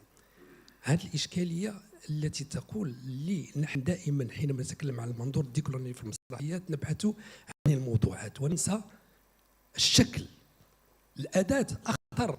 إشكالية ديكارت هو أنه شك في الموضوع ونسي الأداة، وكل الفلسفة المعاصرة حاولت يعني الضرب هذه المسألة. نحن حينما نتكلم عن أشكال تتعامل بالأمس حروب المعاني، أنا أقول ليس هناك حروب المعاني أو حروب المعنى، هناك حروب طريقة بناء المعنى، شكل المعنى. فالموضوعات التي أنبه إليها أنه حينما نحكم على مسرحية ديكولونيالية ليس فقط من خلال الموضوعات، وإلا فالنسق التي تسير فيه هذه الأشكال هي أساسا أنساق في مضللة داخلية، لأن الملحمة في المسرح المعاصر وهو لم تكن في محاربة الموضوعات ولكن في طريقة إعادة ومعاودة بناء الأشكال. شكرا. Good morning. I just want to interact very briefly with Professor Abdelaziz Lamrani. As you know, Ngugi wa Thiong'o talked about how to decolonize African literature using local languages, especially Gikuyu in Kenya. The problem for Ngugi is that when you want to achieve the world outreach, you use English. How, in this context, how are you going to decolonize the African mind, the African literature, using local languages, but you still need to interact with the world using English or French, that is the colonial languages. I think there is a problem. I just want you to clarify more about this contradiction, this paradox. Thank you. Thank you. I think we have now the closing round. I ask you to be brief in your response, and then you can continue your conversations afterwards. So I think I give my microphone to you, and we pass it on, and then it's... Thank you so much. Thank you so much, my friend. Yes, the issue of language is a controversial issue in the field of decolonial and postcolonial studies. In the case of Ngugi, he resorted to his local language, which is Gikuyu, in order to, let's say, use it as a form of resistance. But he translated his works by himself, okay, very simply, because, let's say, he didn't trust the translator. So for him, both translator is also considered as a decolonial practice for Ngugi. Back to your question, Madam Professor. You talked about the tensions within theatrical texts. Okay, so Ngugi's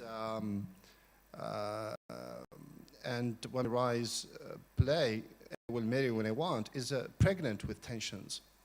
You see, we have patriarchy, we have Muthoni, who is a victim of a double colonization, to use Spivak's concept. She's a victim of European colonialism and internal form of colonialism, which is patriarchy. We have the tensions that the Western, the British colonizer left in Kenya. So, you know, the play is actually teeming with tensions. But what I like most in the play is the end of the play. It's a call for action. It's a call for, let's say, intermingling between local and global cultures. Thank you. About how can we, maybe this was the question, decolonize or be on the track of colonization while using a foreign language such as French or English. Well, I believe and language is in fact only a medium for communication, and maybe English can be used in arts, in performance, and even in this context, in talking about performance for the aim of reaching larger audiences. We take, for example, Abdemajid El Haouass play. It was based on or adapted from the novel of Ghassan Kanafani, the Palestinian novelist. The novel itself was written in Arabic, and of course it was translated into many languages. The play, Abdemajid El Haouass play, was performed in Arabic, and it's not based only on linguistic means, but also visual and acoustic tensions. Our presentations here are some in English, others in Arabic. The remarks and questions are mixtures of languages, and the aim, of course, is to reach more audiences and to spread these ideas of decolonization. That's it. Thank you very much. Very interesting remark. Yeah. Yeah, thank you very much for your questions. I would love to talk to you and hear more about the production in Oman. I know about that one and the other ones you've seen. I think I love the idea of the geological structure. I've described the relationship of the play to Euripides' text through the concept and metaphor of the palimpsest. And I think that this is a shifting palimpsestic relationship that evolves with each different context that the play moves into. And I think as the play shifted from Jordan, where it was presented at the National Theatre of Oman there, and when it's moved to the UK, it has evolved and the meanings have been reimagined. And I think maybe that is one thing that performance does that is very affecting, which it has the capacity to evolve, develop and shift in response to the context. And I think that's what the performance does very well. Yeah, we adapt and shift to our timeline too. I thank you so much for all your presentations. You're very rich and detailed and focused presentations on these different performances and dramatic texts and entangled history of boxing. And we will now move on to the next panel. Thank you for all your questions and applause to you.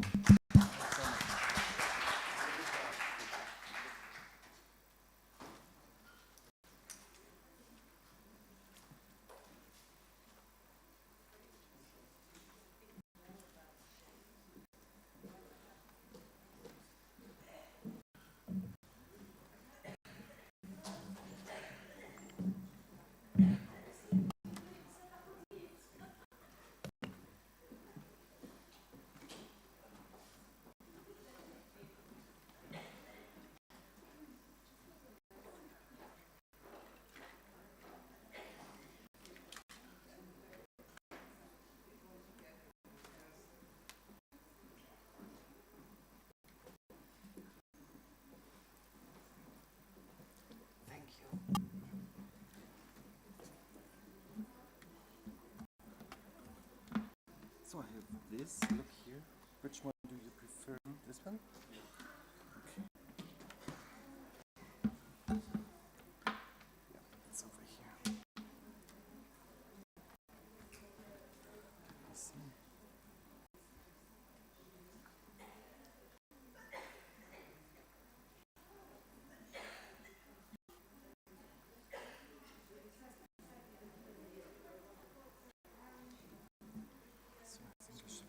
this, right?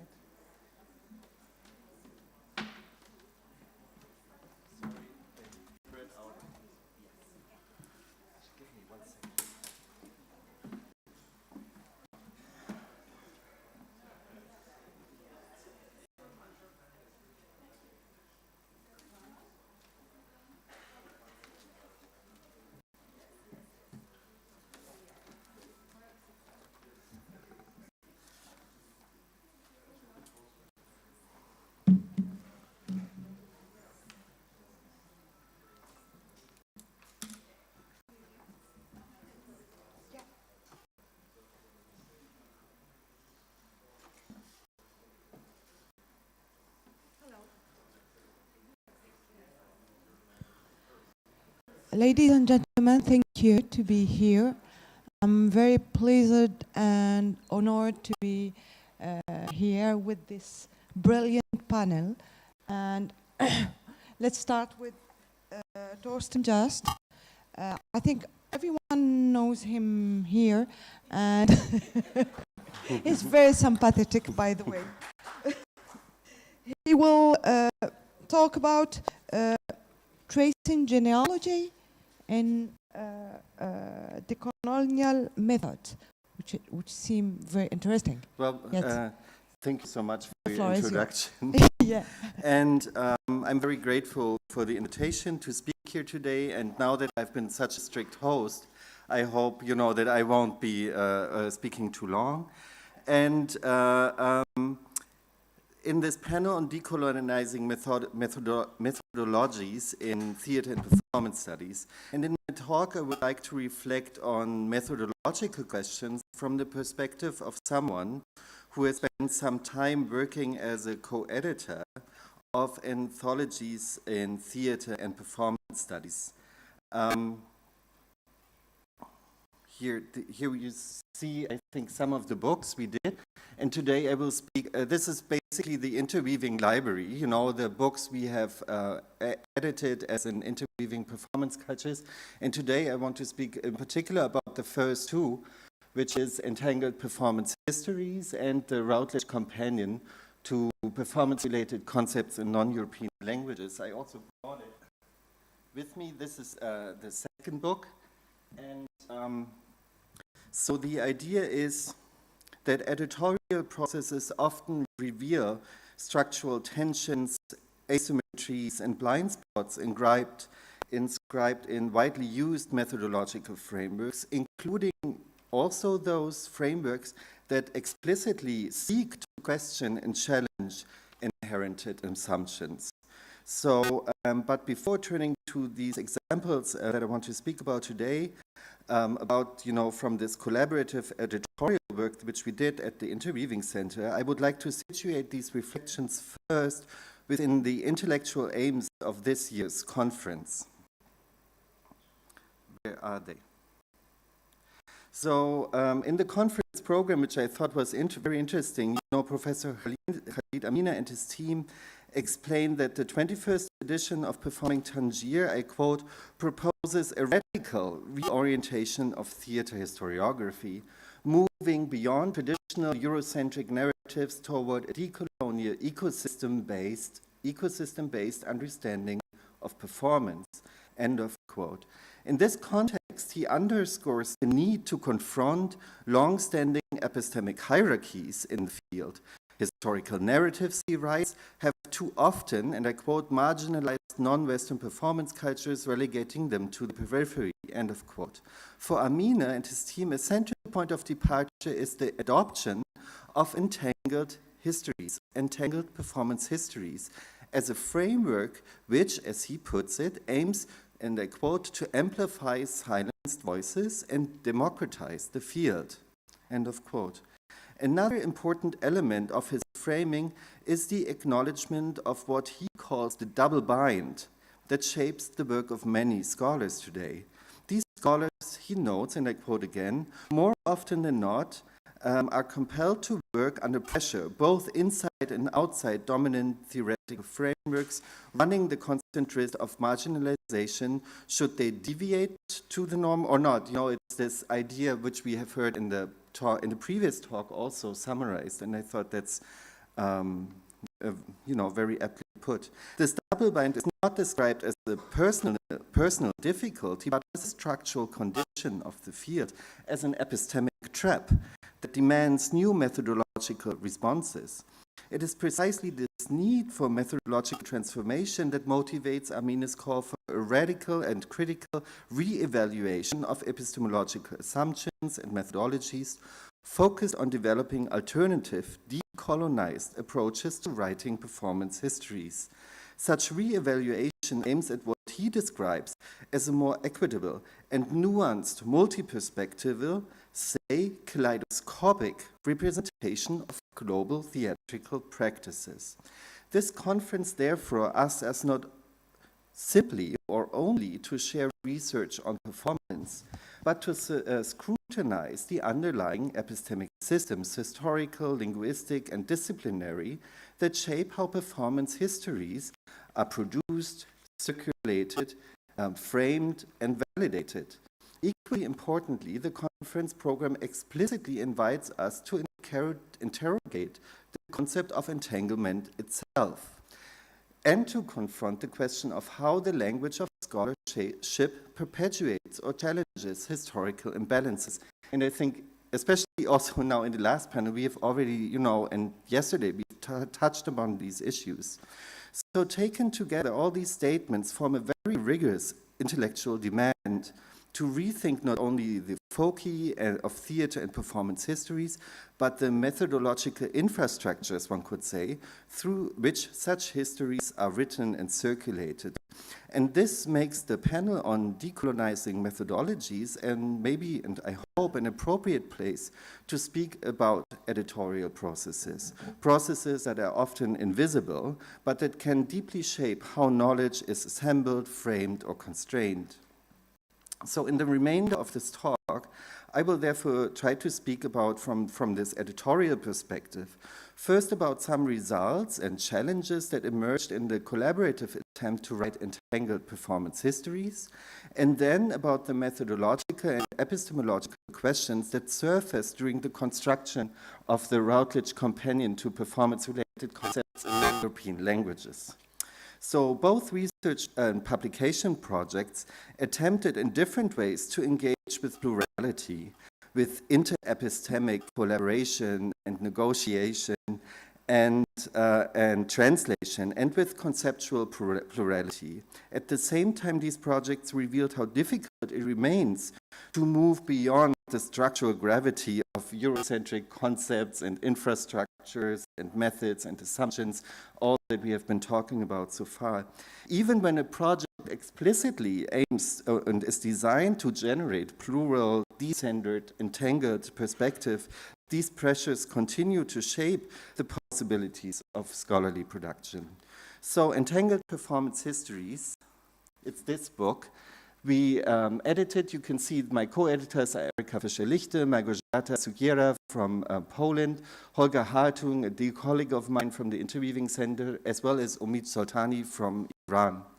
And so you can see the introduction, the table of contents, and maybe I will come back to this later, and you can see that the second contributor is Khalid Amine, so who contributed to this book, and I think that is an important background also for this conference, maybe.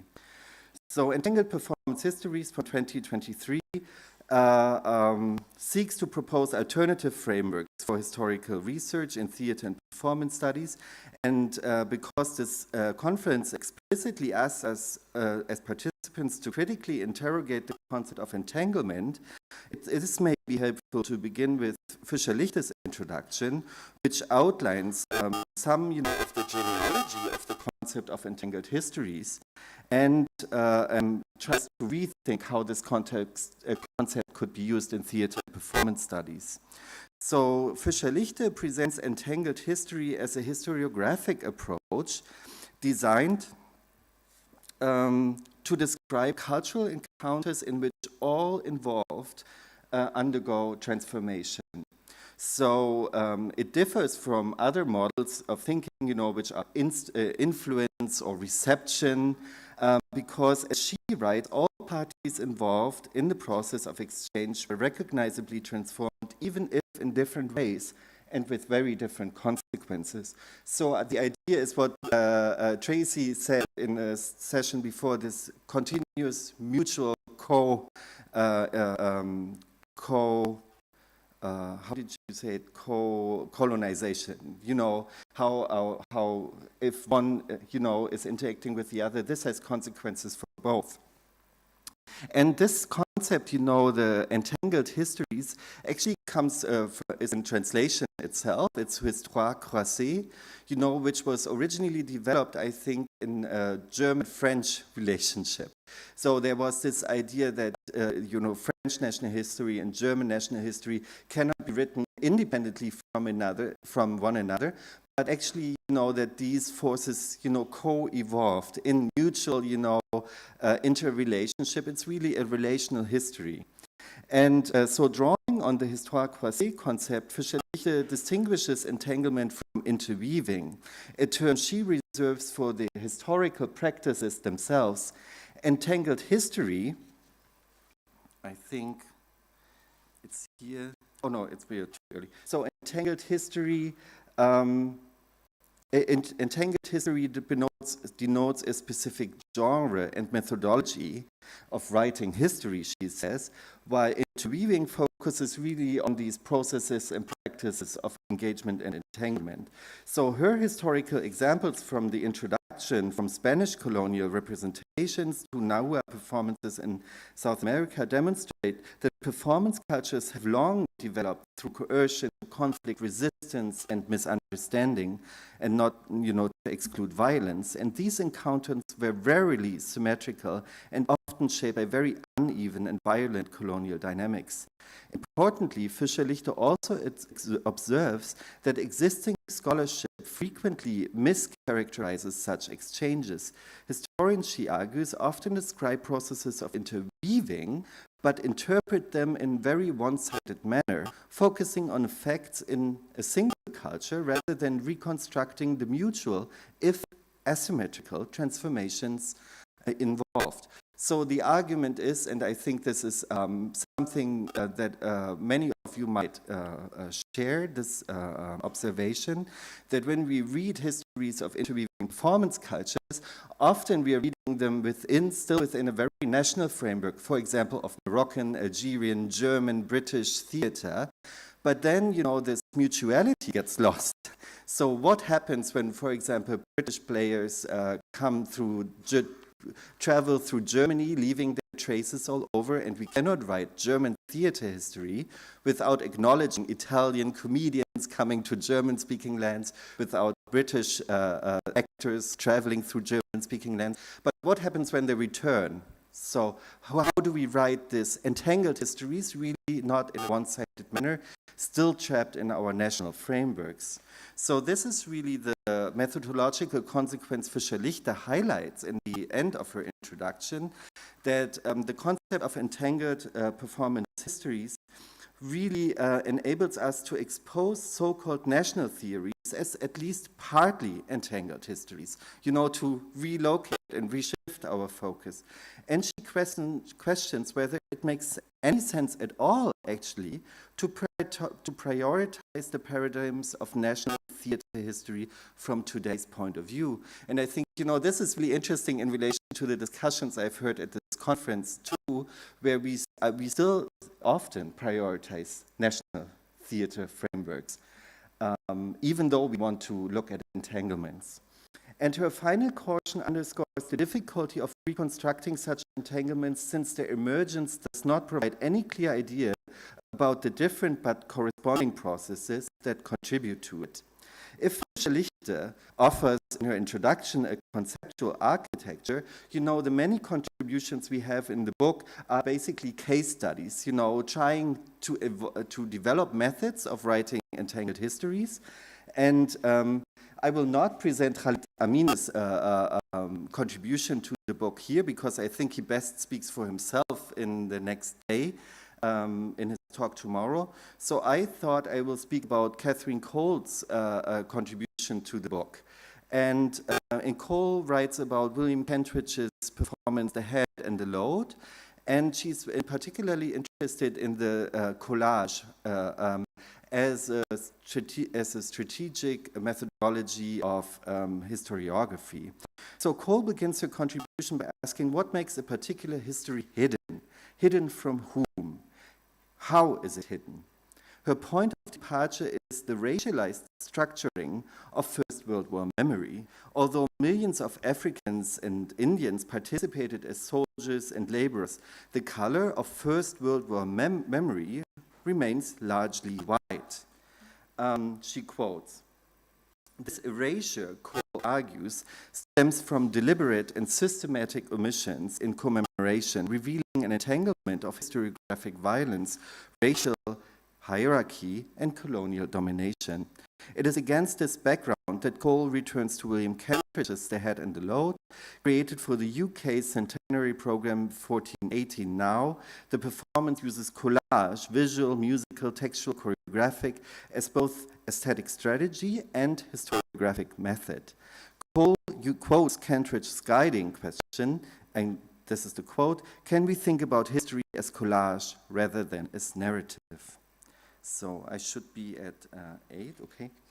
For Cole, fragmentation and juxtaposition are historiographic propositions rather than dramaturgical effects. She notes, quoting Kentridge again, that the past itself is fragmented and history is a construction of fragments that make a provisional understanding of the past. This multiplicity also shapes spectatorship. In her article, she observes, explains that she was at the Tate Modern production, and she says that, one simply could not take it all in because the performance's historical field was so dispersed and complex to be apprehended from a single vantage point. Cole's chapter is not only about performance. She uses the work really to critique archival asymmetry, to examine whiteness as an epistemic structure, and to expose the production of historical invisibility.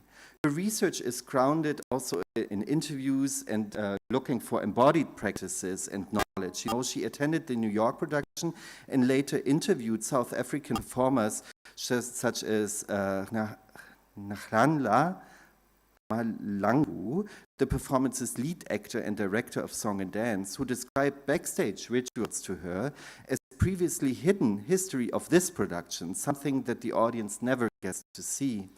Cole's contribution therefore illustrates why entangled histories require more than tracing influence.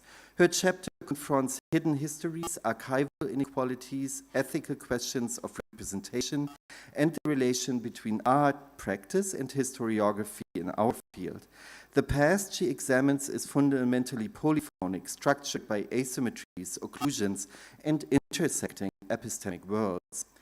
Taken together, I think Fischer-Lichte and Cole present two complementary imaginations of entanglement and entangled histories, one very conceptual and focused on historiographic methodologies, and the other on aesthetic practices, archives, and embodied knowledges. Their approaches converge on a central point. Reconstructing entangled history demands attention to multiplicity and recognition of the structural forces, racial and institutional, that shape what can be known. So working through the contributions to this volume,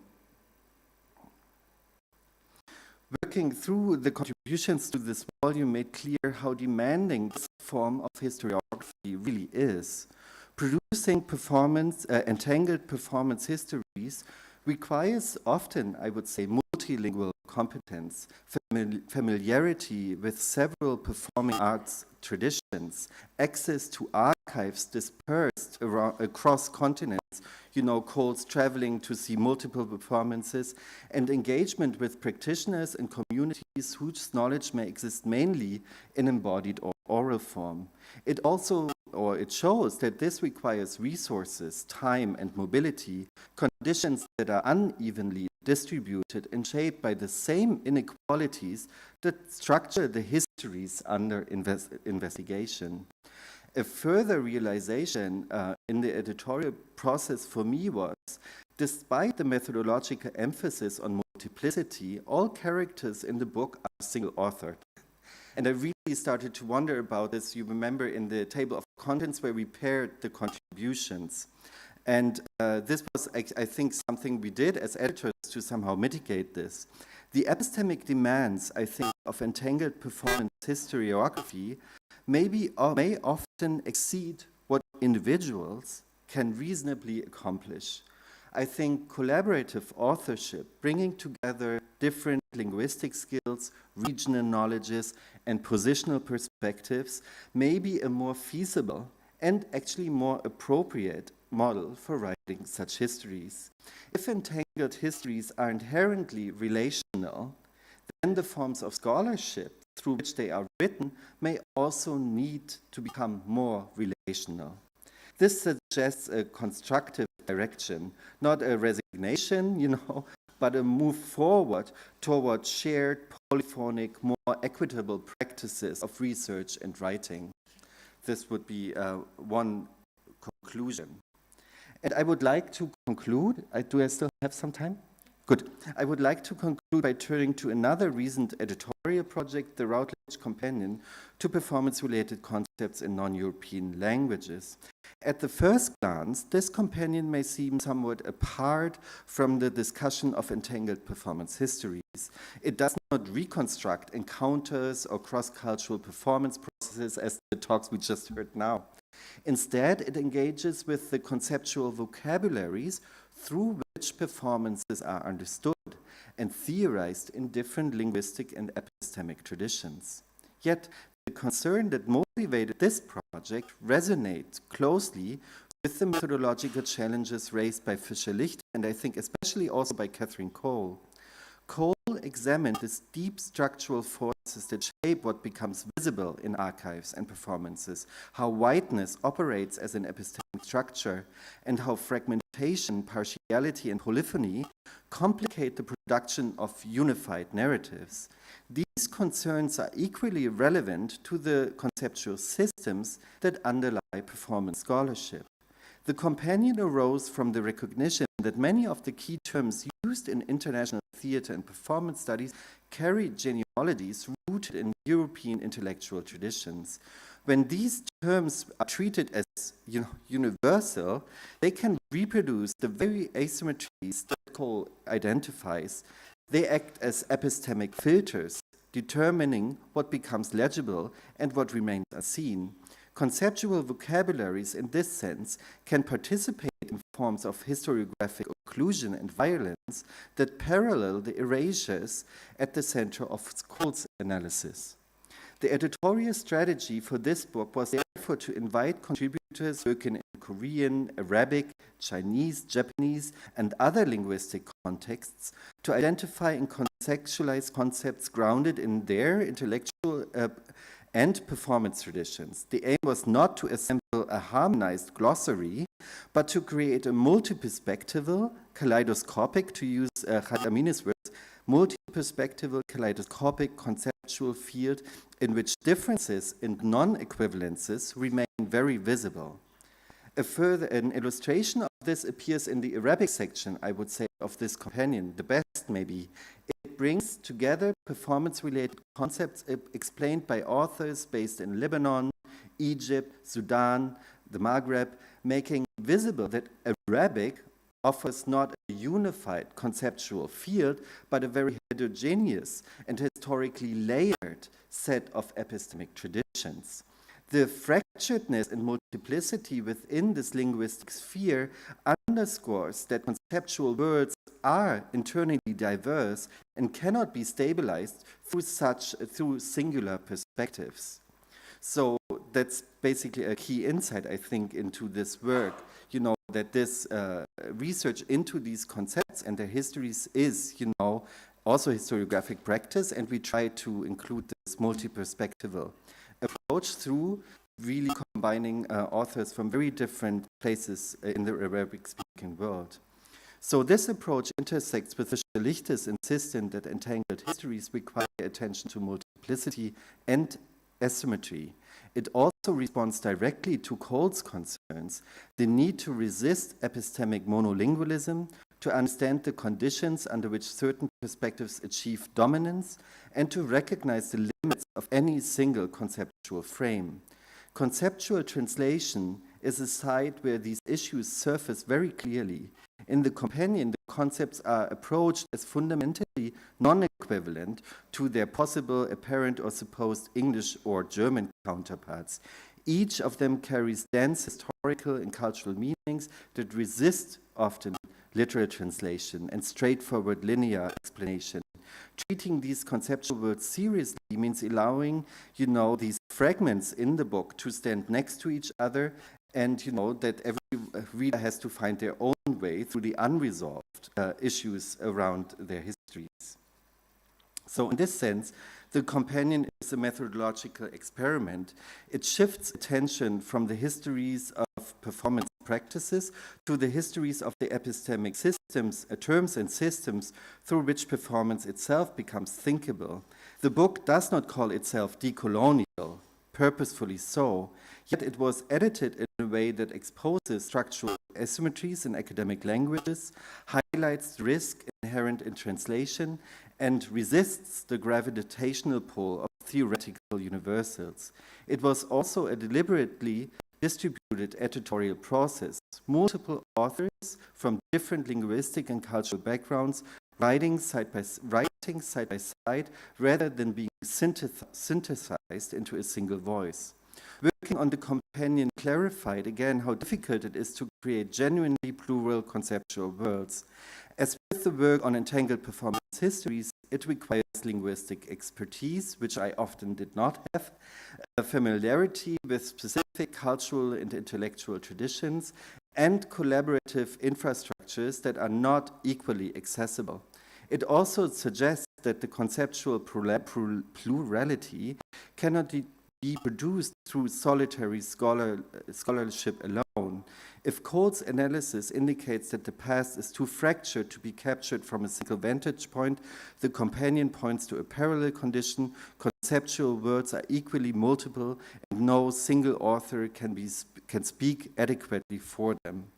Across the projects, the most compelling insights emerged where multiple perspectives were brought in relation without being collapsed into uniformity. Both volumes expose the limitations of individual authorship when dealing with plural historiographies and plural epistemologies. If entangled histories and entangled conceptual systems are inherently relational, then I think really scholarship that addresses them may also need to become more and more reflectively so, relational, collaborative, multi-voiced, and structurally attentive to the inequalities that shape research and writing. And I think this is also, I think these inequalities in funding and all these things should not hinder us doing it, but I think we have to work through and with them, consciously so to bring forth more, entangled performance histories. I think this is where I leave it. Thank you. Thank you very much. Now we have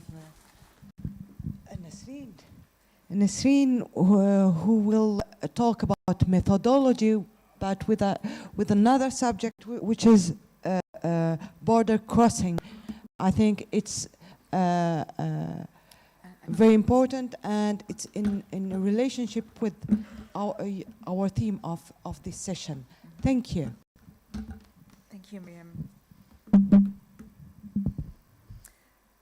Hello everyone, Sabah al-Khair. It's an honor for me to be here, so thank you to Professor Khalid Amin, the organizers, the brilliant interpreters, for the invitation and for the generous hospitality. And I'm especially pleased for being in a place that's very close to my heart, in Maghreb. So what I will be presenting today is part of an ongoing work in progress, so much remains to be processed. Khalid Abdallah's solo performance, Nowhere, was first shown in London in 2024 at the Battersea Arts Centre. Written and performed by Abdallah and directed by Omar El Aryan, I view this performance through the lens of the borderlands, as a space of inquiry and critique. Egyptian-British artist activist Abdallah, born and raised in the UK to politically active Egyptian parents and moving between London and Cairo, brings together the personal and the political in what he describes as anti-biography. An anti-biography, I believe, in the sense that it unsettles the singularity of narrative and of history.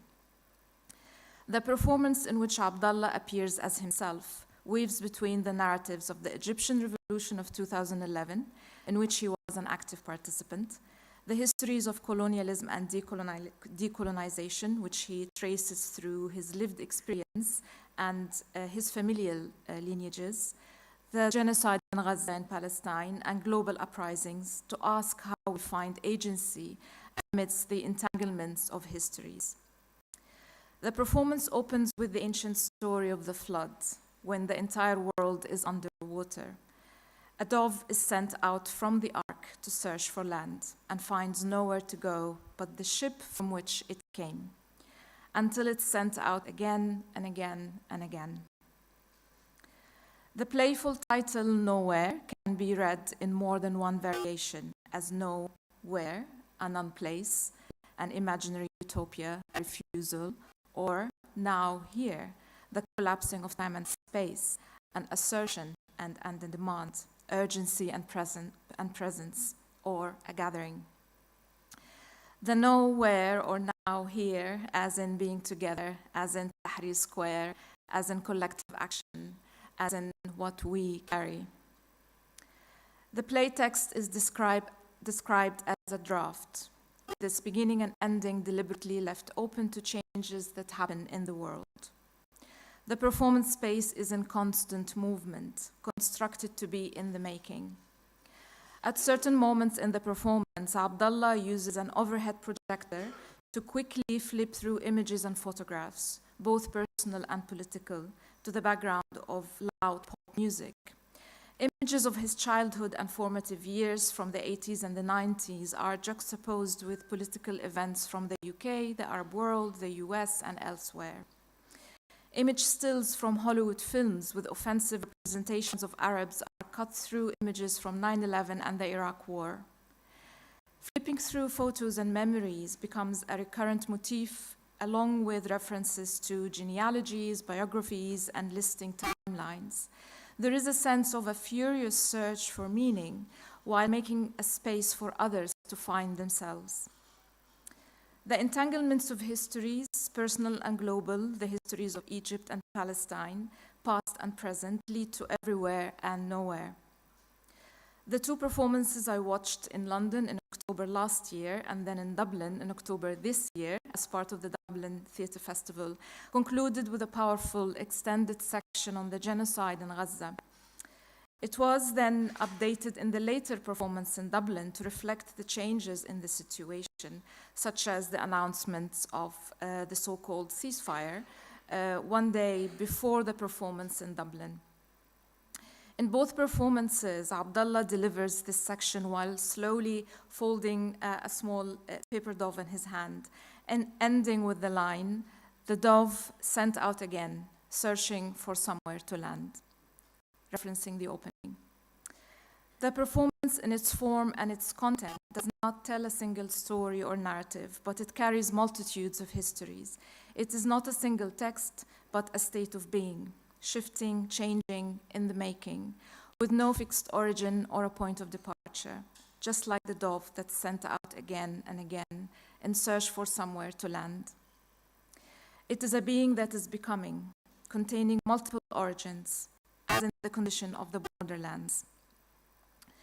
Abdallah is a self in between, inhabiting the unsettling space between the familial histories that shaped his personal and political destinies, the colonial legacies that continue to manifest in his present as an Arab male actor operating in the West, and as an Egyptian living the aftermath of a distorted revolution.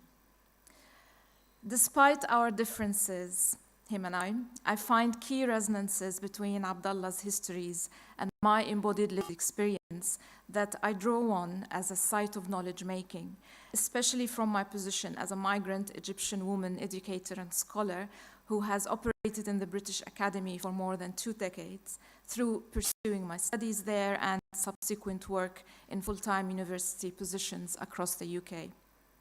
And it's where I've come to occupy a borderlands existence, to draw on Anzaldúa's thought, which I will explain in a minute. Like Abdallah, I straddle two different but connected realities between the so-called global south and north, between the former colony and colonizer, third and first worlds, the center and the margin, and between modes of cultural expression and states of being, with intellectual and linguistic sensibilities that do not fully or comfortably sit in either of the two worlds. During my time in Britain, I recognized myself as a racialized migrant, a category created through colonial discourse and that I did not hold before relocating to Britain, but it was conditioned by how the self is inscribed in the gaze of the other, as Stuart Hall puts it. Like in Abdallah's case, in both the performance and in his life, this became a position that I've inhabited as a political category, as a critical personal space and an intersectional site of resistance and feminist solidarity across borders, to quote Chandra Mohanty's notion. Solidarities that were formed through friendships and connections with other racialized migrants. It's what Stuart Hall describes as a process of, and I quote, imaginary political re-territorialization and re-identification that produces a kind of counter-politics. Living inside the gaze of Western eyes, no longer simply under it, to quote Mohanty again, invites rethinking the project of decolonization and reimagining its political and ethical potentials when it means the active centering of border voices in colonial spaces. In both Abdallah's and in my case, thinking and reflecting from an embodied experiential form of knowing otherwise evoke Gloria Anzaldúa's influential work in Borderlands, La Frontera, which she published in 1987, which considers border thinking as an epistemic position, a space for resistance, and I quote, as an embodied consciousness in which dualities and vulnerability are central for a decolonization of how we think about the geo and body politics of knowledge. It is a space where critique, rupture, and hybridization take place. Following Anzaldúa's notion of mestizo consciousness, born from the interplay between oppression and resistance, or the consciousness of the borderlands, I consider the self in between, in the borderlands, crossing cultures and navigating the contradictions and ambiguity this crossing brings, which, although troubling, transgresses boundaries and destabilizes universalist ideas and hegemonic paradigms. Straddling borders necessitates a willingness to let go of safety, to leave a home behind and make another in a new territory, to grapple with non-belonging to either side of the border. It demands openness to vulnerability and not knowing, and to learning different ways of seeing and thinking, which enables the space for the production of worlds and knowledges otherwise, to quote Escobar. Knowing otherwise or engaging in border thinking is not just a matter of changing the content, but the very terms of the conversation, according to Mignolo, which activates a move towards political and ethical transformation. I will talk a little bit more about border crossing as decolonial methodology. Fanon's decolonization as a form of revolutionary undoing and as a radical reordering of the entire structure of society in material terms is necessary for thinking through decoloniality as praxis, especially in relationship to land and in the context of settler colonialism. This means that current understanding and engagements with decolonization continue to be fundamentally flawed as long as the sovereignty of Palestinian land and indigenous peoples around the world is not upheld, and as long as the settlers' possession of stolen land is not relinquished. My lived experience and political identification with the experience of racialized border subjects in the British Academy, which I have inhabited as a vehicle for critique, reinforce my thoughts on the need to consider the condition of people's migration under 21st century's global capitalism for an understanding of decolonization in the current moment. The condition in which, and I quote Mohanty again and again, people of and from the third world live not only under Western eyes, but also within them, further complicates the interweaving of histories within hegemonic colonial spaces, where the labor, agency, and cultural capital of racialized migrants is part of what constitutes the West, in quotation marks. By implication, the project of decolonization is problematized in an invitation to redefine it by tapping into the power and politics of in-betweenness, as in centering the experiences and voices of border subjects, those who are in but not of Europe, to use C.L.R. James's words. In other words, to borrow from Khalid Amin, and I quote, "The Europe that we want to redeem ourselves from has become part of our past, memory, and history, a part that we cannot erase." And I add, it has also become a part of our present and future as racialized subjects involved in the making of Europe. That is to say that the existence of border subjects and the lived experiences and histories they embody problematize the idea of a Europe that is built in material and cultural terms on their land, labor, resources, and epistemologies, but that is also built through their migrating bodies.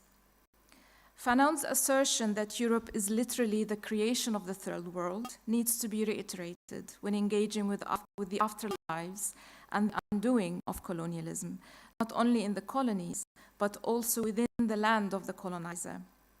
In Stuart Hall's article, Old and New Identities, Old and New Ethnicities, published in 1997, he writes on the doubleness of discourse, the inscription of identity in the gaze of the other, an idea I drew on earlier in connection to my becoming a racialized migrant in Britain, and also evident in Abdallah's reflections on how he has been seen as an Arab male actor in the West, often typecast and stereotyped into the roles of the bad character or a plain hijacker in mainstream American and British films. This fundamental notion implies the breaking down of boundaries between outside and inside. In Hall's words, between, and I quote, "those who belong and those who do not, between those whose histories have been written and those whose histories they have dependent on, but whose histories cannot be spoken." That is to say, it is only in capturing those absences and silences, the voices that have not been heard, in dialogue with those that have been spoken, that an understanding of history will become attainable. The idea of separate histories told through separate voices is not possible in an increasingly globalized world. There's no European history without that other history, including my history, and Abdallah's, and the many other unspoken histories. So the question of decolonization needs to also look inwardly within the former metropole to unlock and recenter the silenced, unseen, and untold as a political and ethical imperative. Priyamvada Gopal argues that, and I quote, "Europe's engagement with decolonization must begin in the other direction, i.e. with the world, as it undertakes an unflinchingly truthful engagement with the pivotal role of empire and colonialism in its own making. This means interrogating not only the impact of Europe's global expansion projects on the rest of the world, but also how those projects and the world made Europe and the West." I echo Gopal's following provocation, and I quote, "We know about third world debt. What about the debts accrued by the first world in making itself this entity? What is the relationship between the two debts?" Thinking through and reimagining decolonization in its particularities, then, necessitates re-examining how the relationship between the geopolitical global South and North is commonly perceived, and how a border intervention can challenge dominant universalist paradigms and cultivate pluriversal modes of thinking and being in a world marked by multiplicity and interdependence. Consciously inhabiting border spaces can enable subversive reclamation and can act as strategic subaltern intervention in the experience of empire that unsettles the epistemic violence inherent in dominant systems while operating from the inside or the fringes. To dwell in the borders in that sense is to engage with pluriversal experiences, histories, and epistemologies in double consciousness, in Mignolo's terms, as an epistemological position that challenges the illusion of universality and contributes to shifting the centrality of hegemonic forms of knowing. Delinking for Mignolo implies work at the fringes, at the border between hegemonic and dominant forms of knowledge, of economic practices, of political demands, using the system but doing something else, moving in different directions. A parallel expression of pluriversality is in Edward Said's notion of contrapuntal reading that simultaneously considers the perspectives of both colonizer and colonized as necessary in representing and interpreting the reality and entanglements of the colonial experience. That notion is extended in Abdulkabir Khatibi's thought. He proposes a double critique that problematizes the East-West binary construction. And I quote, "It calls for a demystification of Western and Arabo-Islamic metaphysical logocentrism, and at the same time, it seeks to deconstruct the structural cohesion of the Western episteme and its different practices." Khatibi reframes decolonization as a deconstructive praxis of difference, as a strategy to empower a different, collective, decentered, multilingual voice, one that operates from a space of uncompromising difference. These overlapping frames of thought and methodological models share an investment in the porousness of boundaries and the crossing and recrossing of cultural, political, and social borders, pointing towards an understanding of decolonization that both exploits and reverses the conditions shaped by the European entanglement. As epistemes, they signal a decolonial praxis that critically reimagines what constitutes the West, and by implication, it unsettles the dynamics governing the relationships between the center and the margin, the oppressor and the oppressed, global north and south, identities and otherness. Thank you.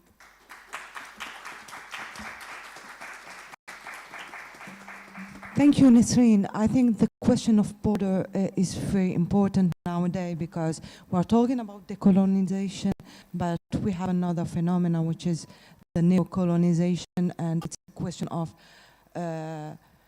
mental borders than physical or geographical borders. Thank you. Thank you. Now I'm very pleased to present Mr. Emmanuel Ekir Thompson, and with Gandhi's case of study about decolonization.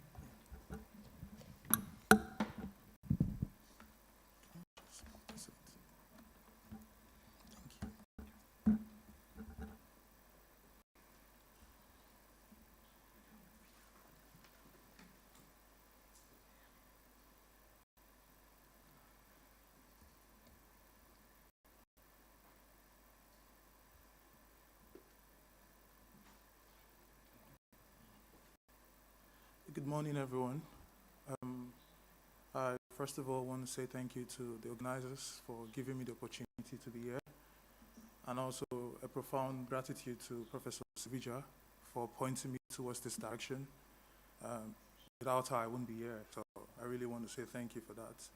Well, I'm here to talk about the decolonizing theater deontology from Ogunde's colonial innovation to the post-independence continuation in Soyinka and Olarotimi, Wole Soyinka and Olarotimi. And this is a work in progress, as it's part of my thesis, which I'm working on, the cultural diversity on the post-colonial, and the colonial and the post-colonial London stage from 1825, where I am engaging with certain cultural figures like Ira Aldrich, the African-American actor, Gustavo Vasa, also known as Equiano, and Ajayi Crowder and the rest. So I'm just sort of tracing down this history and tracing it back to Nigeria and then back to London, you know, what's been going on the former metropole and how it also has this relationship with Nigeria and then back to London. But it's quite interesting that yesterday I had all of the conversations that were going on with the scholars who have been speaking, and as the Irish Nigerian writer would say, you know, in his work called No Irish, no Blacks, No Irish, it's sort of, we're just sitting in a hall and we're just, you know, hitting our elbows together, where people are seeing it from the Western point of view and other people are seeing it from internally, from Africa point of view. And it's just really interesting to have seen all of that conversation go on, and it sort of opens my mind, you know, to all of the possibilities, especially as it affects the whole concept of decolonization. And I would say I never knew about decolonization, even when I have graduated from the university, my first degree, until I heard about Ngugu wa Thiong'o. When he spoke about, someone was having a discussion, I was just eavesdropping, and someone was talking about how he returned back to, you know, to using his own native language instead of expressing his culture and also in writing. And then I got into contact with this work, like the trial of Didakimanti, I Will Marry When I Want, which I thought it was a book on marriage until I engaged with it. But all of these just sort of opened my eyes to what decolonization is all about. And then working on this project has also made me understand that the issue of, or the concept of decolonization should also be looked in from within. And that has always been my point of view when I engage with it. And this topic itself, it's sort of to, you know, to look at that physical and metaphorical creation of what the modern Nigerian theater is like. And it is important to mention here that whenever the topic about, or whenever Obert Ogunde is being mentioned, most scholars, including teachers, just say he's the father of modern Nigerian theater, and they leave it at that. They say he started the whole traveling theater and moved across Nigeria, yeah, including the western, the northern part of Nigeria, which there are records to it. And Ibn Clark, scholars like Ibn Clark has written extensively about Obert Ogunde in a biography. And also scholars like James Gibbs and the rest have talked about Obert Ogunde. But most times when he's been placed as someone who sort of, he's been placed as a resistor rather than a cultural negotiator. He's been placed as someone who took a break from what he knew as the colonial Nigeria and then created something different. But they don't always draw the connection between Obert Ogunde and writers or theater creators like Wole Soyinka and Olarotimi, and that is my argument here. And the central argument basically is just to show that these artists were not simply reacting against colonialism, as most scholars have tend to put it, but they were actually sophisticated cultural negotiators, as I mentioned, who strategically blended indigenous and metropolitan forms to create something entirely new and globally significant. So I bring you to the concept of hybridity and the linking. So the current scholarship, as there are on cultural innovation within colonial context, is often caught in a vigorous theoretical debate. And on one hand, influential post-colonial theories like Omi Baba have argued that the colonial modernity generates new forms through hybridity and mimicry, a process that produces a third space where cultural innovation destabilizes cultural authority, even as it borrows from it. But in direct contrast to that, other decolonial scholars like Patricia Daly and Amber Murray have said, for instance, that there should be the need to promote epistemic disobedience and the linking, which takes to the picture I made in the first slide, where they said that, defines an active breaking from and deviance of canonical modes of thinking and creating. They're simply calling for African scholars, African performers, African actors, and every other individuals within the performance space to pursue questions on their own terms and in their own registers, rather than confronting to the Western academic or the Western academic standards. But however, when you look at the mid-century Nigerian theater that Obet Ogunde actually flourished on, you would see that this debate or this theoretical foundation that has been created by these scholars, how relevant they are also create this critical impasse when you bring it within the mid-century Nigerian theater. And the trajectory from, when you look at the trajectory from Obet Ogunde to Soyinka and Rotimi, it exposes a pattern of strategic appropriation where the artists consciously interact with, rather than entirely dismiss, the metropolitan institution and technologies. The result is a complex model that is neither the hybrid mimicry nor the call for complete delinking can fully explain.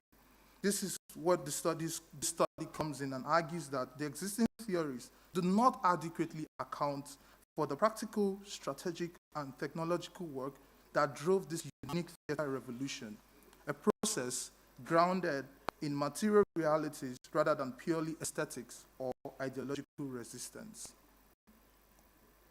Then I actually propose this method or this framework to use to look at the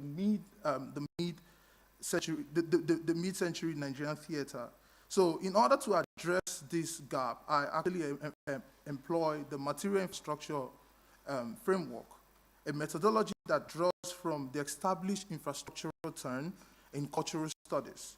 And I am applying this framework for the first time within the Nigerian theater, which is a shift of focus towards the mundanity and the ordinariness of existing system, rather than the optimistic speculation about future impacts.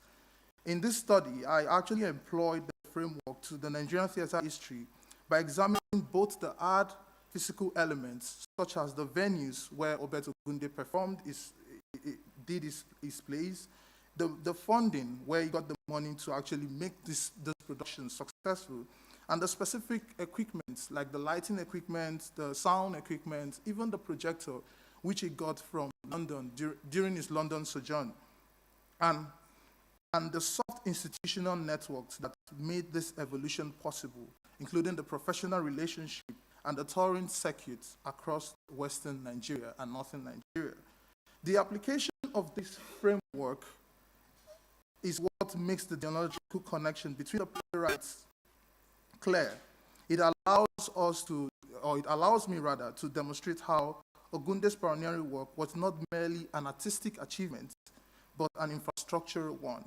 A strategic technology acquisition and the creation of commercial viable independent economic model established the material conditions and the professional template that made the later, that is Olarotimi and Wole Soyinka. And the more complex experiment that Soyinka adopts in his works, like the Dance of the Forest or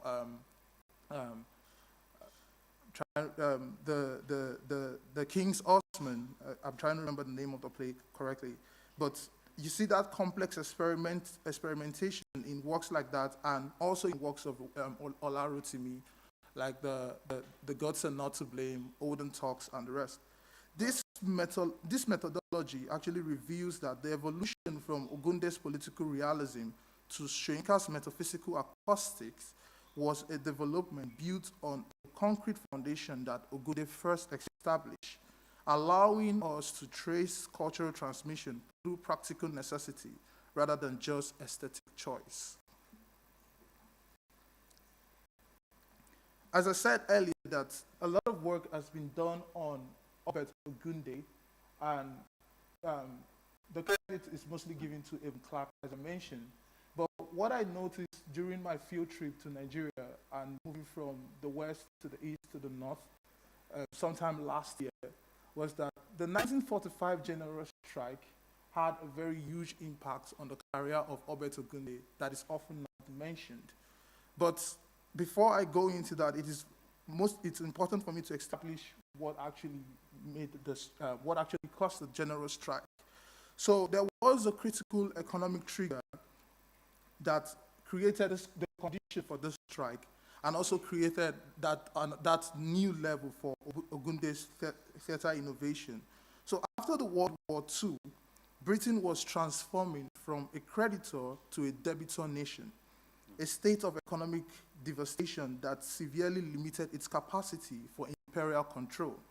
This weakness had direct consequences for its administration in most of our colonies, including Nigeria.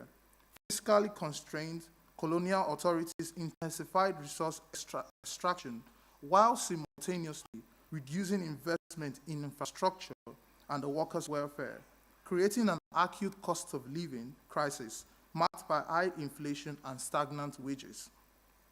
This mix of hardship and administrative neglect was the direct cause of the 1945 general strike. On the 22nd March 1945, the Joint Executive of Government Technical Workers demanded a 50% increase in the cost of living allowance, also known as COLA. When the colonial government rejected this demand on May 2nd, 17 unions representing more than 30,000 workers initiated a strike that paralyzed the country for 45 days. The event, which I argue became a nationwide performance of unity against hardship. And as the historian Owe Elekamfa also notes, that while Nigeria was administratively created in 1914 by the then British governor, Lord Lugard, the consciousness of it being a country among the people was forged in 1945 during the strike, when the entire populace responded to the first general strike. It was this moment of raw domestic and collective national expression that added another layer to Ogunde's career. His 1945 play, called Strike and Hunger, translated this specific economic grievance of the workers into a powerful, accessible critique of colonial exploitation. And the performance was so effective that it infuriated the then colonial government, leading to Ogunde's arrest in Jos when he was touring northern Nigeria. And this act of censorship, however, catapulted him into national prominence. So I've been on about Ogunde and all that he actually represents. And as I mentioned, that we're being taught that Obert Ogunde is known as the father of modern theater. But most importantly, my time rather at Archives showed that he actually built that foundation, and as I've argued that other playwrights actually came up from. But his ambition was recognized early. In 1946, after the old strike, when he did the old play Hunger and Strike, his ambition actually became very prominent, where the daily service actually made editors actually made a lot of comments about his work. The first one there from the 4th of May 1946 was by a British personnel in Nigeria, where he actually observed the result of one of his performances and then said that the singing is excellent, the dance formation, the lighting and the stage are concrete proof that Africa is no more behind, as many people think.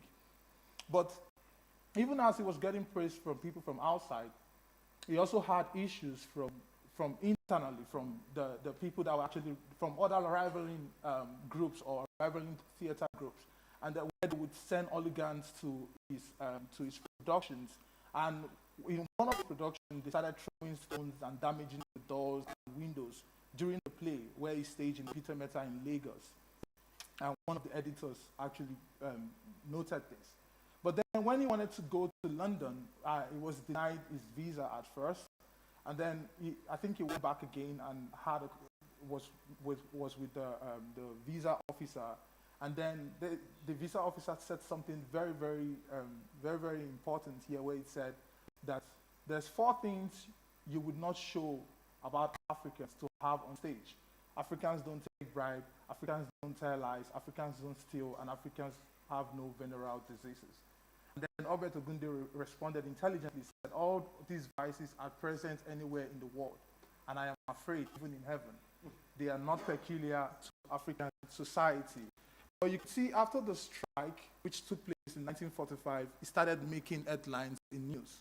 There were comments coming in from both internally and externally.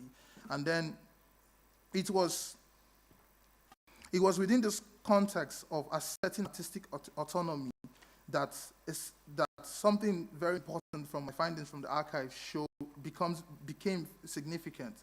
And that is his 1947 acquisition of £2,000 worth of modern stage equipment, which he got from London. And this equipment became sort of a revolutionary act of technological transfer at the time. This equipment was not for mimicry. It was for a powerful cultural synthesis that allowed him to stage his own, for him to stage his own uncensored vision. And this we could see in his film, later on in his film, Aye, where he used the vibrant colored lighting to illuminate ancestral figures, a technique that visually separated the spiritual mundane realms to enhance a core element of the Yoruba cosmology, which Olarotimi later adopted in most of his work. And furthermore, the contemporary reviews, as I mentioned, sort of note that one of the contemporary reviews, rather, notes his fusion of the European dance with the Yoruba rhythm, and an aesthetics experiment made possible by new amplification technology.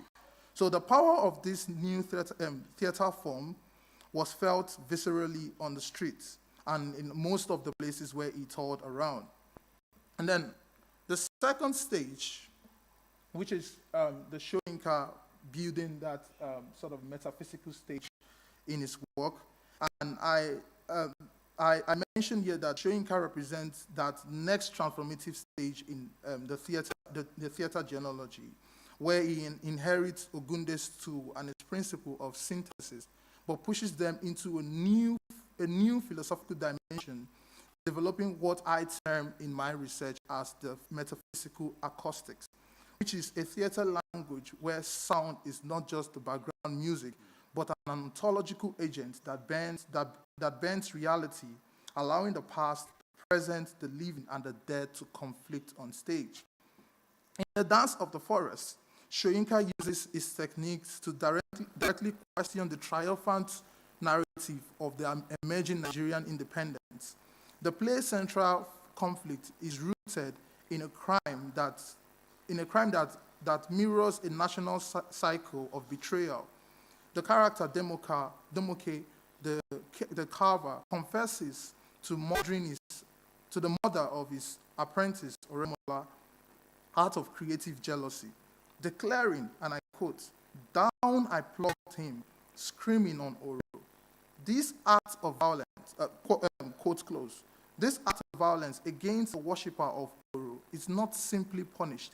It is claimed by Demoka's patron's god, Ogun, who defiantly states, the crime, if crime it was, lies on my head. My instrument it was, plucking out Oremolo. This divine sanction sort of brings to bear a universe of moral complexity where progress and destruction are intertwined. And this unresolved tension actually leads to the play climax, where Demoka is not offered simple salvation. Instead, he is compelled to climb his own burning totem, a symbol of his creation, before falling into the arms of Ogun, an ambiguous end that embodies the cycle of creation, destruction, and rebirth. This unresolved ending in Soyinka's play directly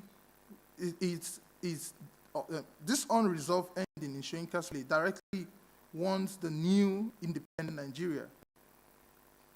Aroni, the keeper of memory, reminds the character that it is no light manner to reserve the deed that was begun many lives ago, framing history as an inescapable cycle. The past is not a source of heroic ancestors, but a place where the living must confront the follower's of beings. that weary and distress even the gods.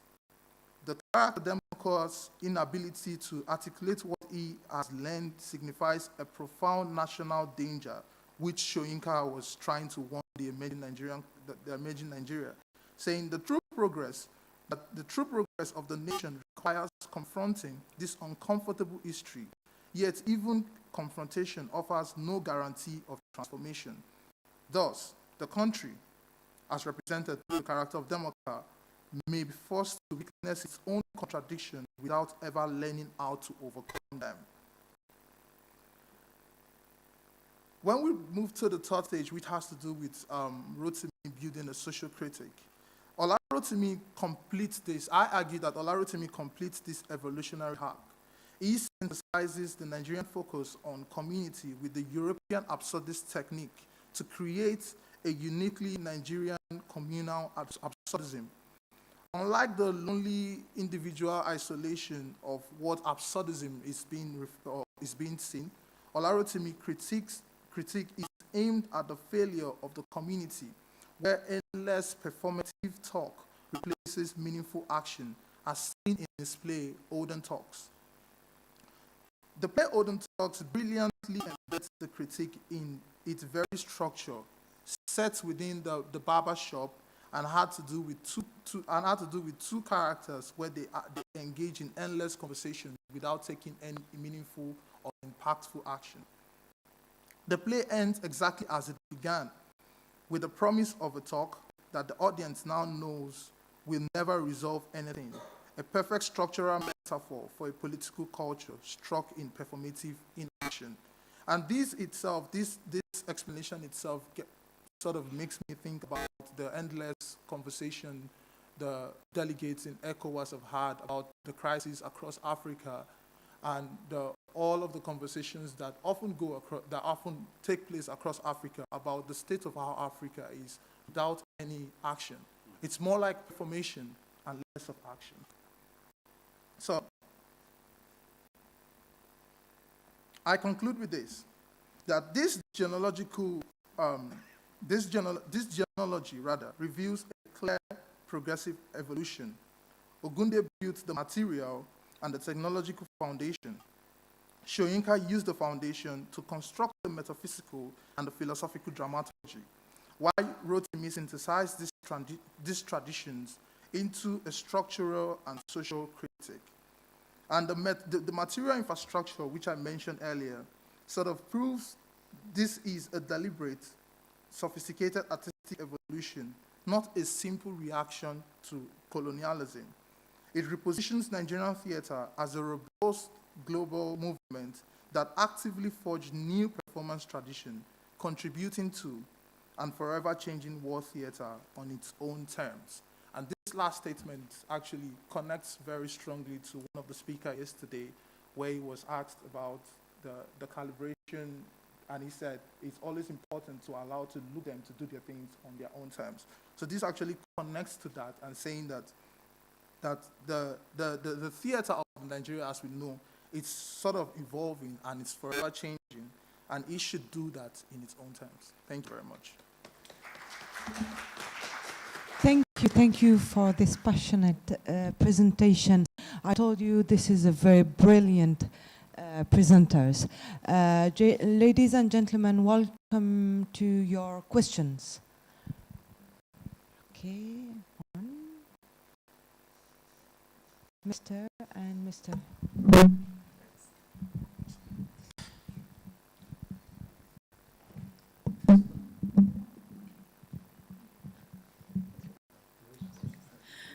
شكرا جزيلا.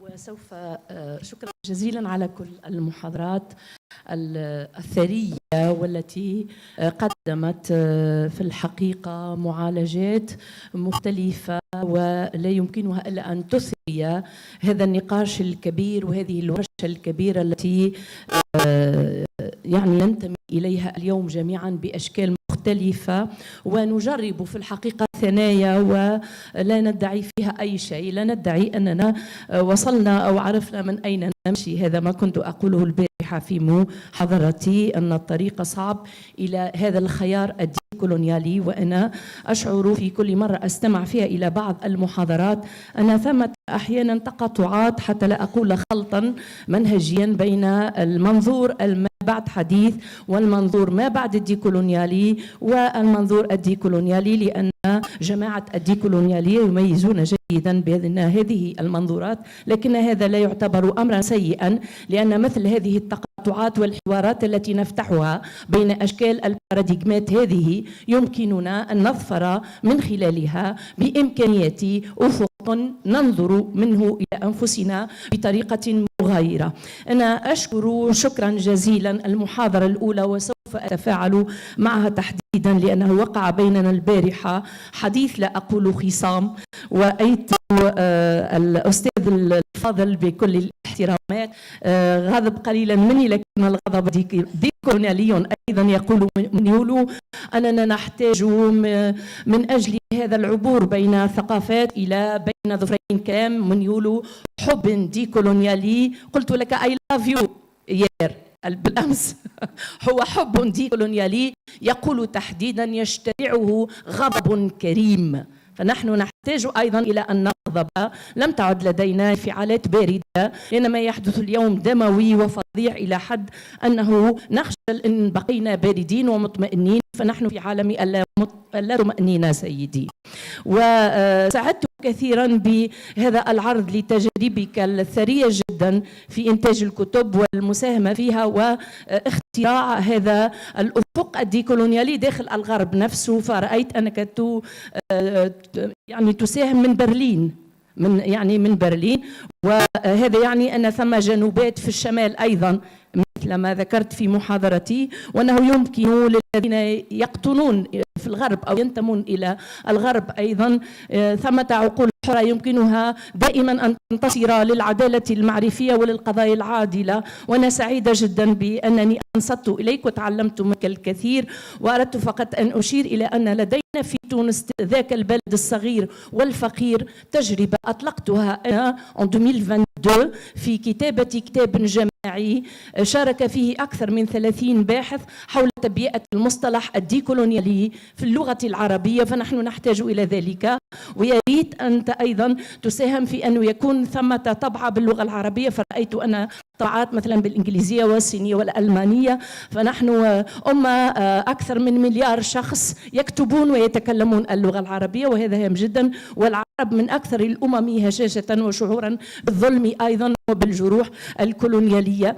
ونحن أيضا الآن وقد أصدرنا الكتاب، هو موجود عند الأستاذ خالد أمين، يعني مجهودات فردية، لأن الجامعة كولونيالية جدا في بلادنا، وكنت قد أشرفت على هذا الكتاب ومعي جملة من طلبتي الذين أشرفوا عليهم، وأردت أن أشاركك فقط هذه التجربة المتواضعة وأن أعلن عنها، لأنني أريد أن تكون نموذجا بين ظفرين للبلدان الفقيرة التي لا تشاركها مؤسساتها احتضان مثل هذه المشاريع التي تتمرد على الاضطهاد المعرفي للبشر في كل مكان في العالم. وشكرا جزيلا.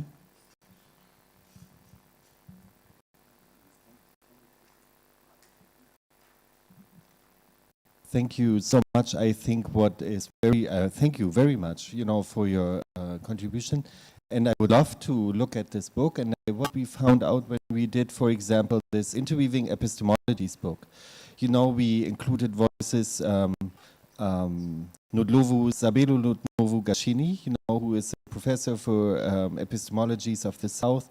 We included, Walter Mignolo, and we included Rustum Barucha, which is, of course, only glimpses into decolonial practices and discourses from various places around the world. And what we found out when they met is that they often are not aware, because of translation and the directionalities of translations, of the discourses that are being led in different parts of the world. And so I applaud this effort to create, bridges between decolonial practices and thinking, which is always so, specific in specific places. So I think we need to have a much broader discourse and connection between these different fields of practice and thinking. And I think a translation of your book is much needed.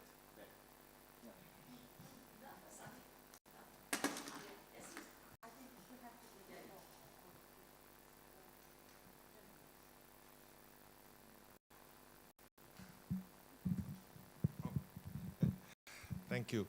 I think it's so enriching to learn about these different concepts and the challenge of translating concepts. And this brings us to the umbrella problem that we all face in terms of language. What language are we using to engage in a post-colonial critique? I was talking with Sylvia the other day about how in Latin America some essayists and intellectuals have been engaging with this problem, such as Roberto Fernández Retamar from Cuba. He used the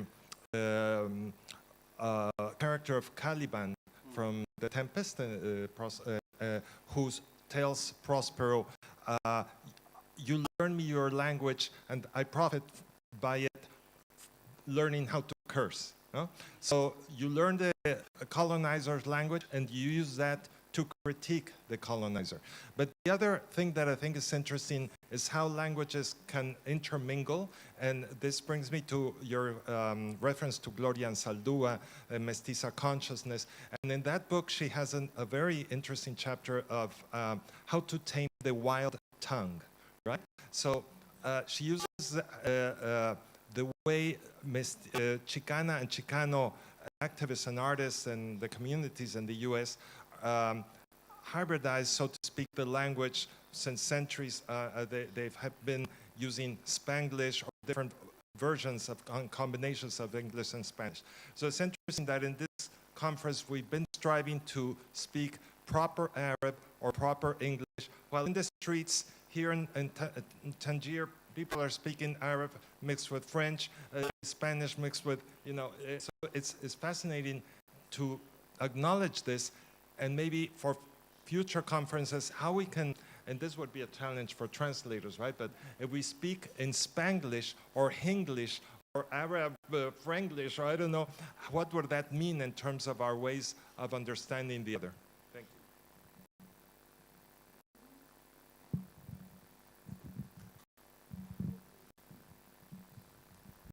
you. Thank you so much for this comment and for this observation, because, yeah, exactly like you rightly say, this question of the use of language is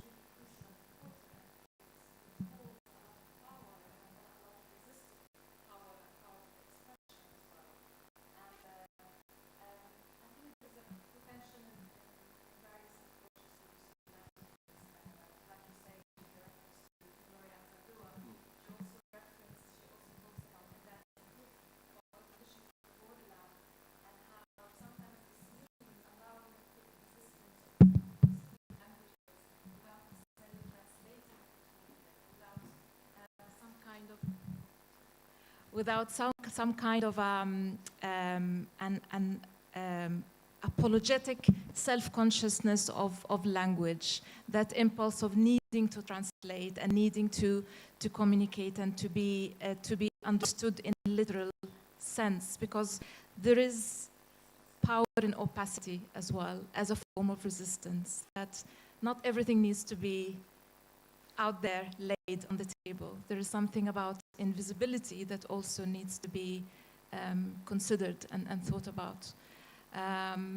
This can also tie into this to hybridity as a strategy as well in adopting language, and just allowing for this fluidity of absorbing and accommodating different uses of languages as well, which, as you rightly say, this is what we experience in the everyday. And even yesterday, when I was trying to talk in both Arabic and English, I found myself slipping between both and crossing both languages without necessarily being conscious of it. So this is a condition of our existence as human beings, and how we move through cultures and how we're increasingly moving through cultures, both physically and virtually as well. So thank you for raising that.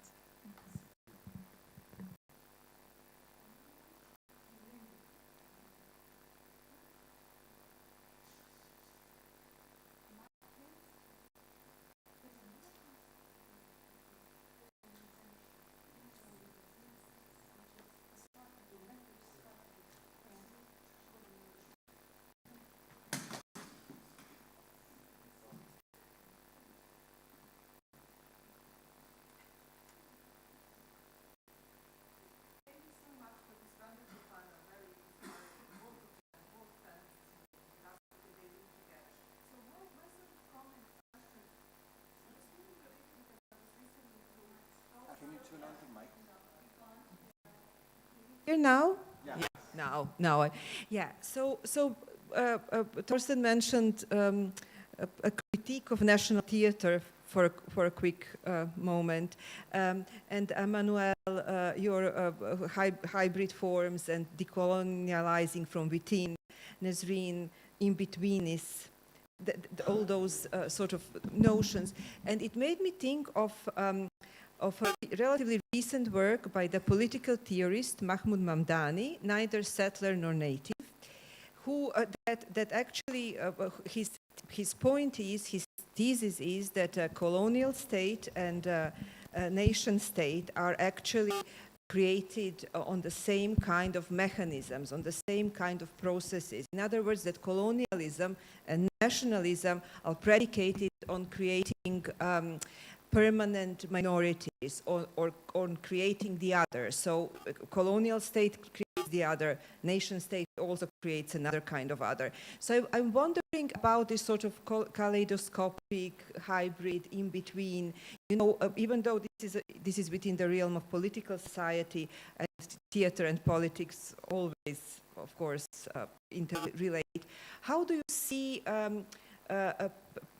these performance projects, theatrical projects, whether it's practice, whether it's research, you know, in between these categories or overcoming these categories of, you know, that anti-colonial doesn't become nationalist and, you know, that sort of thing, and who is the other in all these formations, so if it makes sense, yeah. Yeah, I touched upon this because I think in the introduction of the book, you know, we said, you know, what is this? Why are we proposing this concept of entangled performance histories, and where does this lead us? And then we were always questioning, you know, so looking at German theater historiography, you know, and then thinking about, so what is actually missing? Where does this point us to? And it leads us beyond these national frameworks, right? That was the point. It really leads us beyond these national frameworks to tell, you know, histories of codependencies, of mutual influence or mutual transformations, which are still very different, you know, in different ways, and have to be told, you know, from different angles. And I thought this was very fascinating. And this was the challenge for the authors, and you could see, you know, self-critically, I would say, you know, a decolonial inquiry, decolonial critique, that it's very hard to do justice to such a perspective. And so I think it does decenter the national framework, and it does, you know, it doesn't do away with it, and it puts it in a different light, and it shows, you know, how basically maybe then forms of nationalization of particular forms, you know, have influenced our perspective on particular theatrical traditions, and I think maybe this is part of the answer, at least, you know, from one perspective. I think that question just sort of got me thinking about the Shoinka's negritude, where as important as it is, I think it also has the problem of sort of saying, oh, we are better than them. You know, I don't know if that's, I mean, that's the way I interpret it, like in a way that we are better than them. But then it's also overlooked the other theater practitioners that are in the diaspora. You know, those who move through, whether they through immigration or they migrated down there or who moved through studies and all of that. So I would say that the theater itself was not, as I argued, it's not, the Nigerian theater itself was not a resistance at first, but then it became a national kind of national kind of theater, and which is what it is right now, in a way. But in terms of how do we sort of overcome all of that, I can't think about a possible solution or how that could happen. I just can't think about a model. But when you raised that question, it just got me thinking about Shoinka's negritude. Yeah, so. Thank you for that question.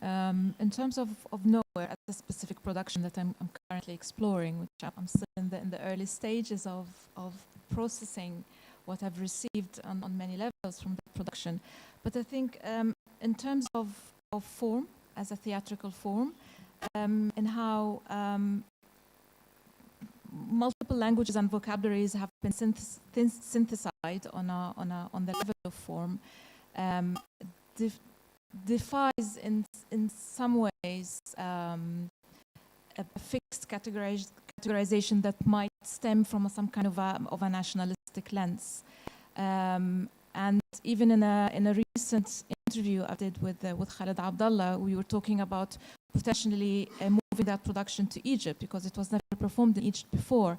And he had questioned himself about whether this would be possible to move, to relocate the production as it is, because it invites a specific mode of engagement that may not be accessed in Egypt in the same way. It might need to be changed or rethought completely because it's a different political, economical context, different audiences, and so on. So that in itself, for me, is evidence of how, by its nature as a production, it defies that nationalistic discourse, and it's inherently an in-between structure, or it follows and the structure of in-betweenness and how it is created as a production. But at the same time, because it's also conditioned by the material, it's shaped through the material condition that's surrounding the production. So I think the question of the nationalist lens cannot be escaped, even when it's performed in the UK, because or in Ireland or in other parts of Europe, because it will be created in response to the conditions of the conditions that are put in place through the nationalist structure of the place where it is created and presented. So there is an attempt to unsettle that nationalist lens, but at the same time, I'm not sure to what extent, because it's still situated within a particular framework. I'm not sure if this makes sense.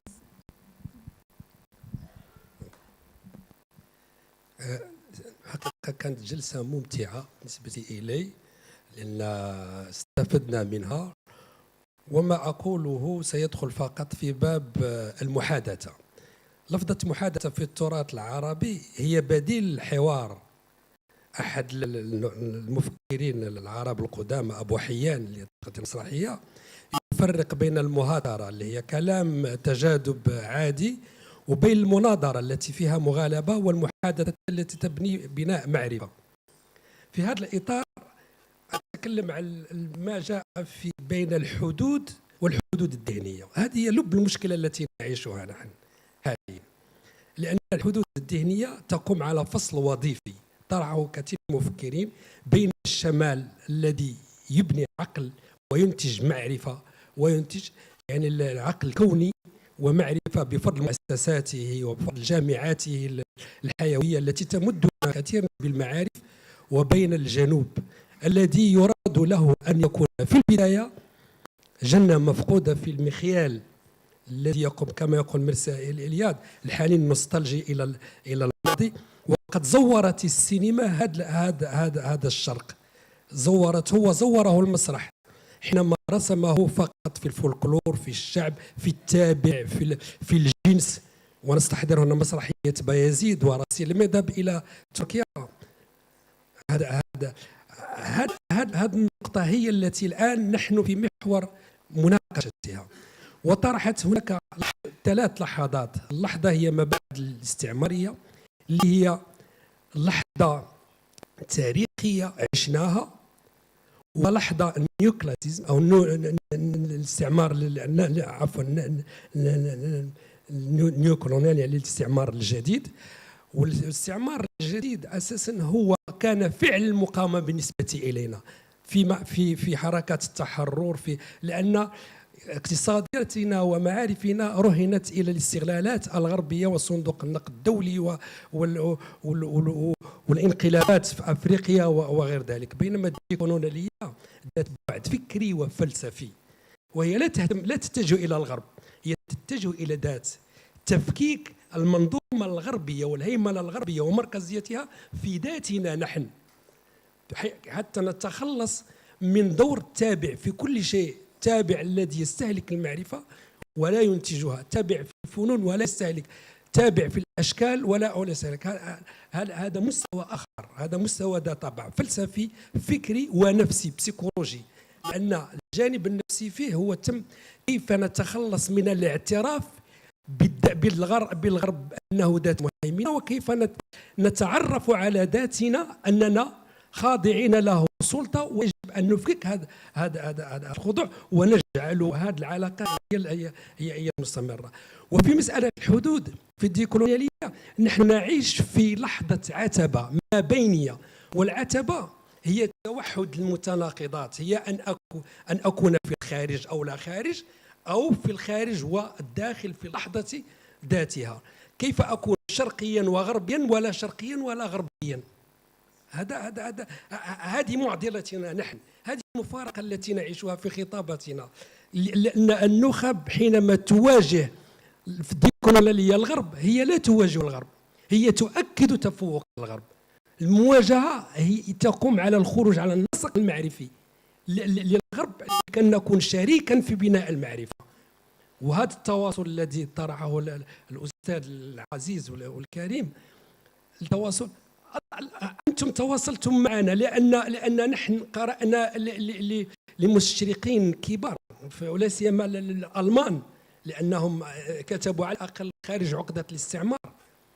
ولكن الآن يجب أن تنصتوا إلينا كذلك. لاحظت في إحدى الندوات أحد القنصليين الخادم عامل في قنصلية فرنسي، يأتي هو 10 سنوات أو 15 سنة هو يخدم في القنصلية في وجدة، وحينما يتكلم بالفرنسية ولا يعرف جمل معينة من اللغة العربية. هذا مشكل. شكرا.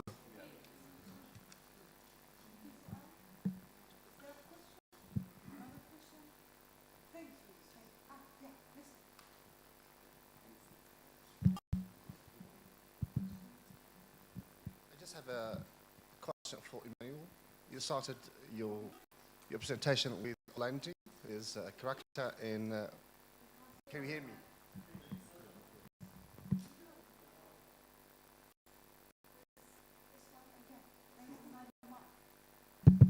Test.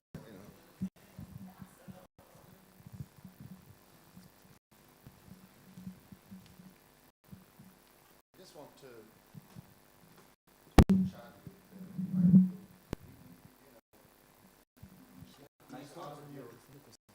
You started your intervention with Olandi, the son of Ellison, in Paul Surinka's famous play, Death and the Kingsman Horseman. You see Olandi. I saw it on the screen. Olandi. Okay. I just want you to, to talk a little bit about this character. Do you see him as a decolonized figure in the play?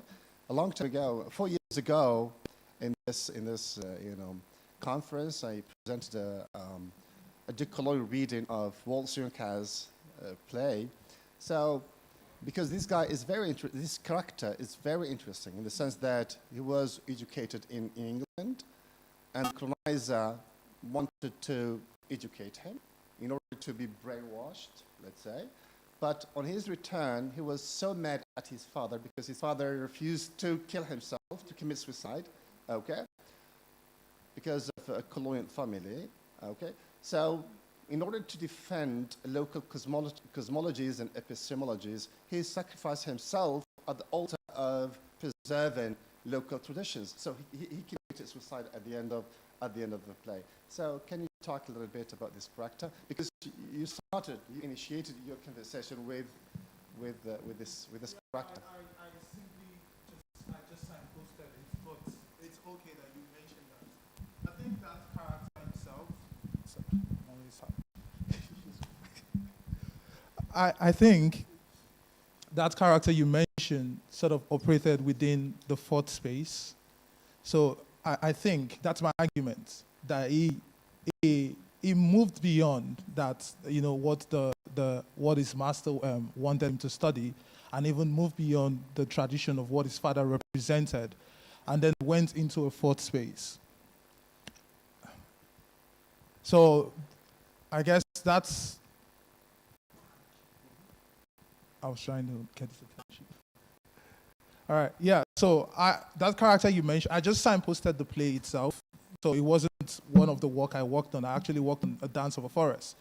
But since you mentioned that, it's just that I'm just saying that he moved beyond that ideology you mentioned and then operated within the fourth space itself, yeah.